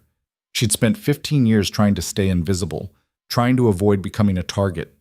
Maybe it was time to stop hiding. She pulled out her phone and took a picture of the list. Then she called Director Rourke back. Director James Rourke answered on the second ring. Ms. Ashford, that was fast. I have something you need to see. Claire kept her voice steady, but her heart was racing. A list. 23 names. People connected to Hargrave who died under suspicious circumstances. Pause. Where did you get this? Someone slipped it under my door. No signature. Don't touch it anymore. I'm sending agents to collect it. Already photographed it. Claire looked at the paper again. Some of these names go back 30 years, before Hargrave was even in the Senate. Then we're looking at something bigger than we thought. Rourke's tone shifted, became more focused. Ms. Ashford, if someone sent you that list, they're either trying to help or trying to set you up. Either way, you're exposed. I know. Do you have somewhere safe you can stay? Claire looked around her trashed apartment. She'd been sleeping on the couch because her bedroom still smelled like whoever had torn it apart. Define safe. Family? Friends? My brother's place, maybe. Go there. Tonight. I'll have agents meet you in the morning to collect the list and go over security protocols. Security protocols? You just became a target again. The people Hargrave worked with, the ones still out there, they're going to see you as a threat. Claire's hand tightened on the phone. She'd thought it was over. She'd thought bringing down Hargrave meant she could finally breathe. How long?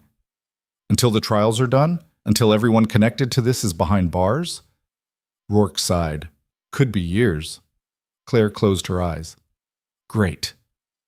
I'm sorry. I know this isn't what you signed up for. I didn't sign up for any of this. I just wanted to buy groceries. And now you're the most important witness in the biggest corruption case in a generation. Life's funny that way. Claire almost laughed. Almost. Yeah. Hilarious. She hung up, grabbed an overnight bag, threw in clothes and toiletries. Her hands were steadier now. The initial shock had worn off, replaced by something colder. Determination, maybe. Or just exhaustion so deep it looked like resolve. She texted Ryan, "Can I crash at your place tonight?" His response came immediately. Always. What happened? Tell you when I get there. She locked the apartment, walked to her car, and drove across town to Ryan's condo. He was waiting at the door when she arrived, still in his work clothes.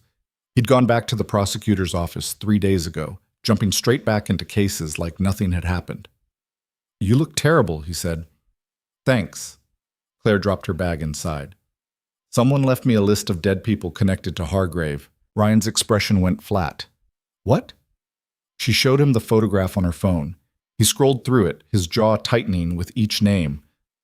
Some of these are journalists, investigators, a congressional staffer. He looked up. Claire, this is... Yeah. Did you call the FBI? Rourke's sending agents in the morning. Ryan handed back her phone. You can't keep doing this. Doing what? Carrying this alone. You keep acting like you're the only one who can fix this. I'm the one who has the files. I'm the one who documented everything. And you almost died because of it. Ryan's voice cracked slightly. They had me in a room with Hargrave holding a gun. I thought I was dead. I thought you were dead. And now you're getting mystery lists slipped under your door, and you're just, what, going to investigate it yourself? Claire sat down on his couch. I don't know what I'm going to do. Then figure it out. But stop acting like you're invincible. They sat in silence for a moment. Claire stared at her hands. The bandages on her wrists were off now, but the scars remained. Thin red lines that would probably fade, but never fully disappear. I'm tired, she said quietly. I know. But I can't just walk away, not when there are 23 more people who deserve justice. Ryan sat down beside her. Then we do it together, you, me, the FBI, a team. You don't carry this alone anymore. Claire looked at him. Her younger brother, who'd put his career on the line to find her, who'd been held at gunpoint and threatened and still came back swinging. When did you get so stubborn? Learned from the best. The next morning, 2 FBI agents arrived at Ryan's condo at 7 a.m. One was a woman in her 50s with gray hair pulled back in a severe bun. The other, a younger man with a military bearing. They introduced themselves as Special Agents Carla Reeves and Marcus Torres. Claire handed over the original list, sealed in a plastic bag. Reeves examined it without touching the paper itself. No prints except yours, she said. Whoever delivered this was careful. Any idea who it might be? Torres asked. Claire shook her head. Could be someone inside Hargrave's organization. Could be someone from the military who knew about the original fraud. Could be someone completely unrelated trying to stir up trouble. Or, Reeves said, it could be someone who wants you to uncover something specific, lead you down a particular path. To what end? That's what we need to find out. Reeves bagged the list. In the meantime, we're assigning protective detail. 2 agents, rotating shifts. They'll stay close, but not intrusive. I don't need protection. I need to get back to work. Ms. Ashford, I'm a nurse. I have patients. I can't just hide. Torres exchanged a look with Reeves. We understand, but until we know who sent this and why, you're at risk. Claire wanted to argue, but she was too tired. Fine, but they stay outside the hospital. I'm not having armed agents following me through the ER. Agreed. After the agents left, Claire got ready for her first shift back at Riverside General. She'd taken 3 weeks off, partly to recover, partly because the hospital administration thought having her there would be a media circus. They'd been right. The first week, reporters had camped outside the ER entrance, shoving cameras and microphones at anyone who looked like they might know her. Now, as she pulled into the staff parking lot, only a few scattered news vans remained. The story had cooled slightly, replaced by the endless churn of new scandals and catastrophes. She walked through the staff entrance. The hallways were familiar, comforting in their mundane chaos. Someone had spilled something near the nurses' station. An orderly was arguing with the delivery driver about a misplaced supply order. The coffee in the break room smelled burnt, normal. Dr. Garrison looked up from a chart when she walked in. Ashford, welcome back. Thanks. You sure you're ready? No, but I'm here anyway. He smiled faintly. That's the spirit. We're slammed today. Multi-vehicle pileup on Route 40. Trauma bays are full. You good to jump in? Claire tied her hair back, grabbed fresh scrubs from her locker. Let's go. The next 12 hours blurred together in the way ER shifts do. Lacerations, broken bones, a heart attack, 2 strokes, a kid who'd swallowed a Lego, an elderly woman with pneumonia. Claire moved through it on autopilot, her hands remembering the motions even when her brain was still catching up. Around hour 8, during a rare lull, Jenna pulled her aside. You okay? Yeah, why? You just seem, I don't know, different. Claire stripped off bloody gloves, tossed them in the biohazard bin. I got kidnapped and tortured 3 weeks ago. Different is probably expected. Jenna flinched. I didn't mean, I know. Claire softened. Sorry, I'm just tired. Do you want to talk about it? Not really. But later, during her break, Claire found herself sitting in the staff lounge with Jenna and 2 other nurses, Amanda and Kevin, and somehow the words just came out. Not the classified stuff, not the details that would end up in court testimony, but the fear, the helplessness. The moment when Carver had shown her the feed of Ryan, and she'd thought he was going to die. I kept thinking, Claire said, staring at her coffee, that I'd done this to him. That if I'd just kept my mouth shut in that grocery store, none of this would have happened. That's not how it works, Amanda said. You didn't make Hargrave a criminal. You didn't make that clerk a racist. You just refused to look away and almost got killed for it. But you didn't. Jenna leaned forward. You survived, and you brought down people who'd been getting away with murder for decades. That matters. Claire wanted to believe that. She wanted to feel like a hero, like someone who'd made a difference. But mostly, she just felt tired and angry and scared that it wasn't over yet. The trial preparations began in earnest 6 weeks later. Claire spent hours in conference rooms with prosecutors, going over her testimony, reviewing documents, preparing for cross-examination. Ryan was there too, both as a witness and as someone who understood the legal chess game being played. Senator Hargrave's lawyers were predictably aggressive. They filed motions to suppress evidence, to dismiss charges, to delay proceedings. They painted Claire as an unstable veteran with a grudge, someone who'd fabricated evidence to settle old scores. They're going to tear you apart on the stand, Ryan warned her one evening. They were in his condo again, surrounded by legal briefs and case files. They'll bring up every mistake you ever made, every bad decision, every time you lost your temper or said something you regretted. I know. And you're okay with that? Claire looked at the files spread across the table. 23 names, 17 confirmed murders, $40 million in stolen funds. I'm okay with whatever it takes to put him away. The preliminary hearing started in August. Claire sat in the gallery, watching as Hargrave was arraigned on multiple counts of conspiracy, kidnapping, murder for hire, and fraud. He stood there in his expensive suit, looking dignified and wounded, like a man being persecuted for doing his patriotic duty. His lawyers argued self-defense, national security, the greater good. They claimed the files Claire had released were selectively edited, taken out of context, misrepresented. The judge wasn't buying it. Mr. Hargrave, you're being charged with 17 counts of first-degree murder. The evidence against you includes documented communications, financial transfers, and witness testimony. This court will not be swayed by appeals to patriotism when the facts speak otherwise. Bail was denied. Hargrave was remanded to federal custody pending trial. As they led him out in handcuffs, he looked directly at Claire. His expression was cold, calculated. He mouthed something. She couldn't hear it, but she could read his lips. This isn't over. Claire held his gaze until he disappeared through the door. Director Carver's trial came first, 3 months later. She'd taken a plea deal, agreeing to testify against Hargrave in exchange for a reduced sentence. The prosecution put her on the stand for 2 days, walking through every detail of the conspiracy, the illegal detention, the torture. When it was the defense's turn, they tried to discredit her. Ms. Carver, isn't it true that you're only testifying to save yourself from life in prison? Yes. And isn't it true that you'd say anything to get a lighter sentence? No. I'm telling the truth because I'm tired of lying. It was a small moment, but it mattered. The jury's expressions shifted just slightly. Claire testified on day 6. She walked into the courtroom in a simple black suit, her hair pulled back, no makeup except what was necessary to cover the last fading bruises. She'd been coached on how to sit, how to speak, how to look at the jury without seeming manipulative. But when she took the stand and placed her hand on the Bible, despite her lack of belief, despite everything, she felt something shift. This wasn't about revenge. It wasn't even about justice, exactly. It was about making sure the truth was heard.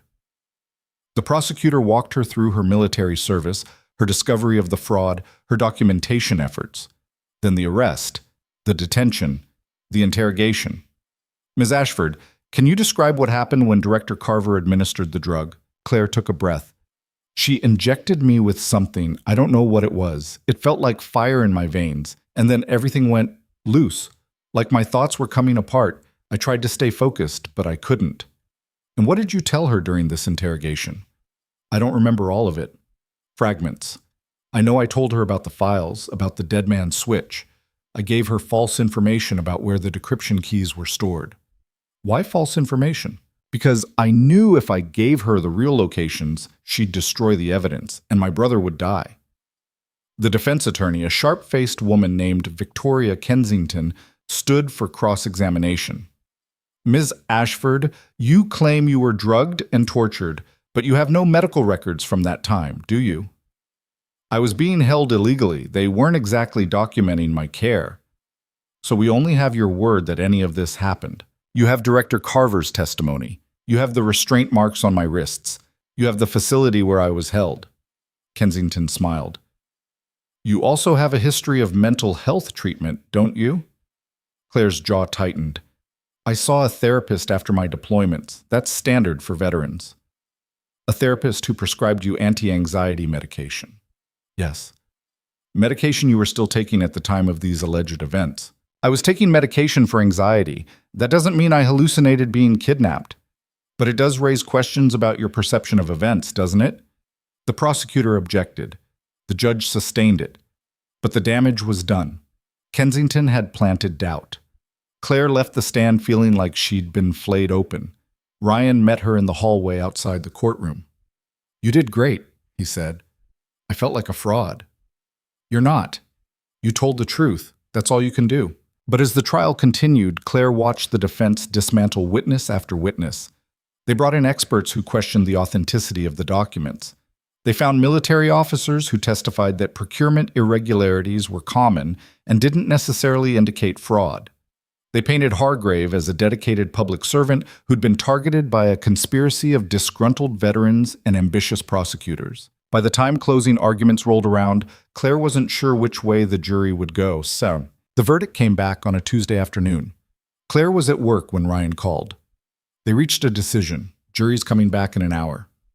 Claire's hands went numb. Already? Fast verdict could mean anything. She left the hospital, drove to the courthouse, met Ryan on the steps. Diane Ortega was there too, along with a crowd of reporters and cameras. Inside, the courtroom was packed. Claire and Ryan sat in the front row. Hargrave sat at the defense table, his expression neutral. The jury filed in. Claire tried to read their faces, but they all looked tired and blank. The judge spoke. "Has the jury reached a verdict?" The foreman stood. "We have, Your Honor. In the matter of United States versus Paul Hargrave on the charge of conspiracy to commit fraud, how do you find?" "Guilty." Claire's breath caught. "On the charge of kidnapping?" "Guilty." The list continued. 17 counts of murder for hire. Guilty. Obstruction of justice. Guilty. Witness tampering. Guilty. By the time the foreman finished, Hargrave had been convicted on 43 counts. The courtroom erupted. Reporters rushed for the doors. Hargrave's lawyers immediately began filing motions for appeal. But Claire just sat there, numb, trying to process what she'd just heard. Ryan grabbed her hand. "We won." "Yeah." Her voice sounded distant, like it was coming from someone else. "We did." Sentencing came 6 weeks later. The judge gave Hargrave 17 consecutive life sentences, plus an additional 300 years for the other charges. No possibility of parole. "Mr. Hargrave," the judge said, "you betrayed the trust of the people you were sworn to serve. You stole from the very soldiers you claimed to support. You murdered those who tried to hold you accountable. This court finds your actions reprehensible and deserving of the maximum penalty allowed by law." Hargrave stood, his expression finally cracking. "Your Honor, I served this country, you served yourself. You will spend the rest of your natural life in prison, and even that is more mercy than you showed your victims." They led him away. This time, he didn't look at Claire. He didn't look at anyone. Outside the courthouse, Claire faced a wall of reporters. Ryan stood beside her, along with Diane Ortega and Director Rourke. "Ms. Ashford, how do you feel about the verdict?" Claire looked at the cameras. She'd spent weeks preparing for this moment, thinking about what she'd say. But now that she was here, the prepared statements felt hollow. "I feel like justice was done," she said. "Not just for me, but for Captain Kellerman, and for the 17 other people Senator Hargrave had killed, for the soldiers whose supplies were stolen, for everyone who was hurt by his greed and his arrogance." "What's next for you?" Claire glanced at Ryan. "I'm going back to work. I'm going to keep being a nurse, and I'm going to make sure the other names on that list get the same justice." "Are you working with the FBI?" "I'm consulting on related cases, but my primary focus is patient care. That's what I trained for. That's what I'm good at." More questions, more cameras. Claire answered what she could, deflected what she couldn't, and finally escaped to Ryan's car. They drove in silence for a while. "You know you don't have to do this," Ryan said. "The FBI has the list. They're investigating. You could just move on." "Could you?" He didn't answer. Over the next year, Claire became something she'd never wanted to be, a public figure. She gave interviews, testified at congressional hearings, consulted with the FBI on 8 separate cases connected to Hargrave's network. 3 more former military contractors were indicted. 2 senators resigned under pressure. A dozen officers faced courts-martial. But she also kept working at Riverside General, 3 shifts a week, sometimes 4 when they were short-staffed. The ER became her anchor, the place where she could just be Claire the nurse, not Claire the whistleblower or Claire the survivor. Patients didn't care about her testimony. They cared whether she could start an IV, whether she knew what she was doing, whether she gave a damn about them as people. And she did, more than ever. One evening, about 18 months after Hargrave's conviction, Claire was finishing a shift when a woman approached her in the parking lot, late 60s, black, with gray hair and kind eyes. "Ms. Ashford?" Claire tensed instinctively. She still got hate mail sometimes, still had people who thought she was a traitor or a liar. "Yes?" "My name is Patricia Kellerman. I'm Vince Kellerman's widow." Claire's breath stopped. "Mrs. Kellerman, I wanted to thank you." The woman's voice was steady, but her eyes were wet. "For 15 years I was told my husband's death was an accident. I knew it wasn't. I knew something was wrong. But no one would listen. And then you came forward and suddenly people started paying attention." "I'm so sorry," Claire said. "I should have come forward sooner. If I'd—" "No." Mrs. Kellerman took her hands. "Don't do that. Don't blame yourself for what evil men chose to do. You were young, you were scared, and you still found the courage to speak up when it mattered." Claire's eyes burned. Your husband tried to stop them. He was a good man. He was. And because of you, people finally know that. She squeezed Claire's hands. Thank you. She walked away, leaving Claire standing in the parking lot, tears streaming down her face. 2 years after the initial arrest, Claire stood in front of a Senate committee investigating military procurement fraud. The room was packed with cameras, senators, journalists. She'd been called to testify about systemic failures and oversight, about how contractors had exploited gaps in the system for decades. She spoke for 90 minutes, walking through the mechanisms of fraud, the cultural factors that allowed it to continue, the importance of protecting whistleblowers. At the end, Senator Maria Valdez, a freshman senator from California who'd made anti-corruption her platform, asked a final question.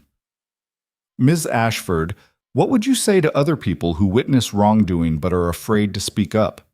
Claire thought about that grocery store, about 2 kids being harassed, about making a choice to say something instead of walking away. I'd say it's terrifying, she said. Speaking up can cost you everything. Your job, your safety, your peace of mind, but staying silent has a cost too. And sometimes that cost is measured in lives. She paused. I'm not a hero. I'm just someone who saw something wrong and couldn't let it go. And yeah, it almost destroyed me. But it also led to justice for people who'd been waiting decades for someone to care. So if you see something wrong, if you have evidence of corruption or abuse or injustice, document it. Protect yourself.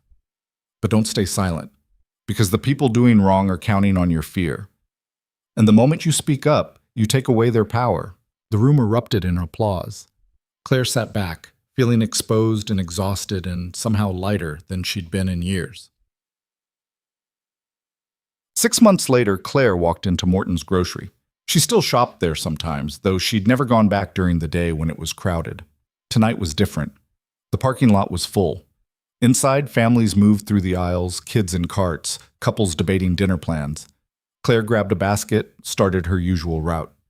When she reached the magazine rack, she stopped. 2 teenagers were there, different kids, different faces, but the same uncertain posture of people who weren't sure they belonged. An older man walked past, shot them a look. Didn't say anything, but the judgment was clear. Claire felt that familiar tightness in her chest, the urge to say something, to step in, to make a point. But before she could move, Detain appeared from behind the counter. You guys finding everything okay? He asked the teenagers. They nodded, relaxed slightly. Cool. Let me know if you need help.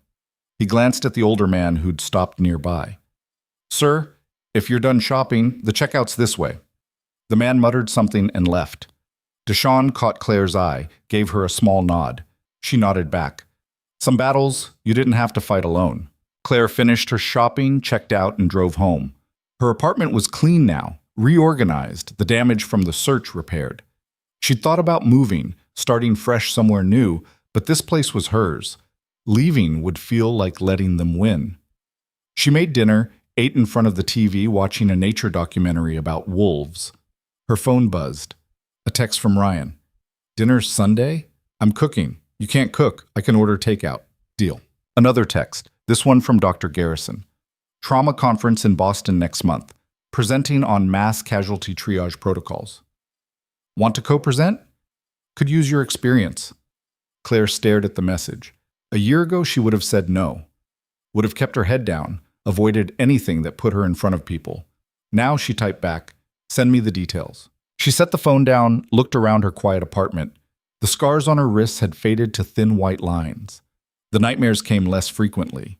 She still jumped at loud noises sometimes, still felt her heart race when she saw unmarked vehicles, but it was getting better. Slowly, incrementally, she was reclaiming her life. Her phone buzzed again. This time, an unknown number. She almost didn't answer, but something made her pick up. Ms. Ashford? A young woman's voice, nervous, speaking. My name is Sarah Mitchell. I'm a military contractor working in Afghanistan.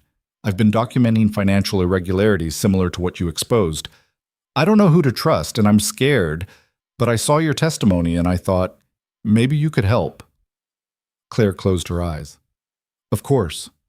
Of course there was someone else. There would always be someone else, because corruption didn't end with one conviction, one trial, one victory. Where are you right now? Claire asked. Kabul. but I'm rotating back stateside next month. Okay.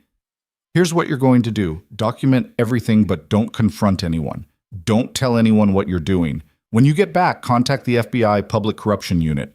Ask for Director James Rourke. Tell him I sent you. Will he help? Yes. And Sarah, you're doing the right thing. It's going to be hard, and it's going to be scary, but you're doing the right thing. A shaky breath on the other end. Thank you. The call ended. Claire sat there for a long moment, then pulled up Rourke's number. Claire, what's up? I just got a call from a contractor in Afghanistan. She's documenting fraud, needs protection and guidance. Send me her contact info. We'll handle it. Thanks. How are you doing? It was a simple question, but coming from Rourke, it felt genuine. I'm okay. Better than I was. Good. You earned it. After he hung up, Claire walked to her window, looked out at the city lights. Somewhere out there, Sarah Mitchell was probably terrified, wondering if she'd made the right call. Somewhere else, other people were witnessing wrongdoing and making the same calculation Claire had made. Speak up and risk everything, or stay silent and live with the weight. She couldn't save all of them. She couldn't even save most of them. But she could be there when they reached out. She could be the voice saying you're not alone, you're not crazy, what you saw matters. And maybe that was enough. Claire turned away from the window, grabbed her laptop, and started drafting an email to a legal advocacy group that helped whistleblowers navigate the system. She'd been thinking about volunteering, offering to mentor people going through what she'd been through. It was time to stop just surviving and start building something better. Her phone buzzed one more time. A news alert. Hargrave appeals denied. Life sentence upheld. Claire read it twice, then deleted the notification. She didn't need updates about him anymore. He was in a cell, and he'd die in a cell, and that was the end of his story. Hers was just beginning. 3 years after that night in Morton's grocery, Claire stood in front of a room full of nursing students at Riverside Medical College. She'd been asked to give a guest lecture on trauma care, but she'd decided to talk about something else. When you become a nurse, she said, you're going to see things that break your heart. Suffering you can't fix. Systems that fail the people who need them most. And you're going to have a choice. The students watched her, some taking notes, others just listening. You can keep your head down, do your job, go home. That's valid. That's survival. But sometimes you're going to see something that crosses a line. Abuse, neglect, corruption. And in that moment, you have to decide who you want to be. She paused. I'm not going to tell you that speaking up is easy. It's not. It cost me almost everything. But staying silent has a cost too. And the only person who can decide which cost you're willing to pay is you. A hand went up. A young woman in the front row.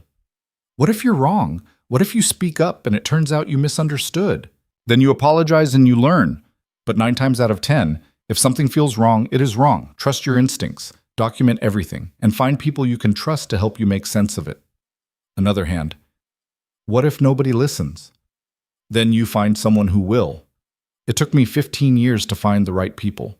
That's 15 years I wish I'd spent differently. But the point is, I didn't give up. I kept the evidence. I stayed ready. And when the moment came, I was prepared. After the lecture, several students came up to talk.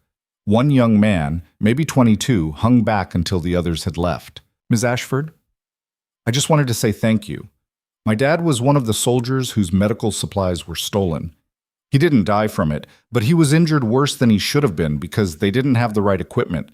He never talked about it much, but after your testimony, he finally opened up. It meant a lot to our family, to know someone cared enough to fight. Claire's throat tightened. What's your dad's name? Robert Pearson. He was at FOB Sentinel, same time you were there. I remember. She did. A sergeant, mid-30s then, who'd come in with shrapnel wounds after an IED hit his convoy. They'd run out of hemostatic gauze, had to improvise with what they had. Tell him I'm glad he made it home. I will. After the student left, Claire packed up her notes and walked to her car. The afternoon sun was warm, the campus quiet between classes. Her phone rang. Ryan. Hey, I'm presenting that corruption case to the grand jury tomorrow. You free for a prep session tonight? Yeah, your place or mine? Mine. I'll order Thai. Make sure you get those spring rolls I like. Already on the list, Claire smiled. See you at 7. She drove back to the hospital for her shift. The ER was moderately busy, standard Tuesday afternoon chaos.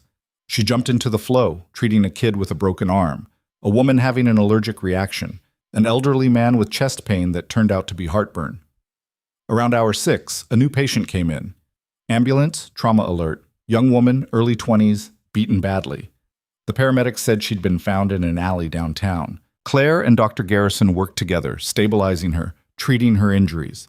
When the woman was finally conscious and coherent, a police officer came in to take a statement. The woman refused to talk. After the officer left, Claire pulled up a chair beside the bed. "You don't have to tell me anything, but if you want to, I'll listen." The woman stared at the ceiling. "He'll just do it again." "Who?" "My boyfriend. He always does." Claire's chest tightened. She'd heard this story too many times. "There are people who can help, shelters, legal advocates." "I tried that. He found me." "Then we try something different. We get a restraining order with teeth. We press charges. We make it so he can't just walk away." "You don't understand. He's connected. His dad's a judge." Claire leaned forward. "I went up against a U.S. senator who'd been getting away with murder for 23 years. Trust me when I say that nobody's untouchable. Not if you're willing to fight." The woman turned to look at her. "You're that nurse, the one from the news." "Yeah." "Did it work? Fighting back?" "He's in prison for life, so yeah, it worked." The woman's eyes filled with tears. "I'm so tired." "I know, but you don't have to do this alone. Let me call someone who can help, please." After a long moment, the woman nodded. Claire made the calls, got a victim advocate involved, talked to the social worker about emergency housing, made sure the woman understood her options. It wasn't a guarantee. The boyfriend might still find her, the system might still fail, but at least she'd have a chance. At the end of her shift, Claire sat in her car for a few minutes before driving to Ryan's. She thought about that woman, about Sarah Mitchell in Afghanistan, about the nursing students who were just beginning to understand how complicated the world was. She thought about 2 teenagers in a grocery store and a choice she'd made without thinking, and she realized something. She wouldn't change it. Not the kidnapping, not the torture, not the fear. Because those things had led to justice. They'd led to change. They'd led to other people finding the courage to speak up. She started the car and drove to Ryan's condo. When he opened the door, spring rolls in hand, she hugged him. "Whoa, what's this for?" "For being stubborn. For not giving up when they had you. For being my brother." Ryan hugged her back. "Always." They ate dinner, reviewed his case notes, argued about legal strategy. Normal sibling stuff, except it was happening in the context of putting another corrupt official behind bars. As Claire drove home that night, she passed Morton's grocery. The lights were on, people inside shopping. She thought about stopping, grabbing milk or something, but she kept driving. Tomorrow. She'd go tomorrow. Because the thing about standing up, about speaking out, was that it wasn't a one-time event. It was a choice you made over and over, every day, in big ways and small. And Claire had decided who she was. She was someone who gave a damn, someone who didn't look away, someone who understood that silence had a cost, and she wasn't willing to pay it anymore. The road ahead was long. There would be more cases, more trials, more people who needed help, more nights when she couldn't sleep, more moments when she questioned whether it was worth it. But she also knew this. She'd looked power in the face and refused to blink. She'd stood in front of a Senate committee and told the truth. She'd survived when they'd tried to erase her. And that was worth something. That was worth everything. Claire pulled into her apartment complex, parked, and walked inside. Her home. Her life. Hard-won and still imperfect, but hers. She locked the door, kicked off her shoes, and finally, for the first time in 3 years, felt something close to peace. The fight wasn't over. It would never be over. Not completely. But tonight, she could rest, and tomorrow she'd keep going. Because that's what you did when you decided silence wasn't an option. You kept going.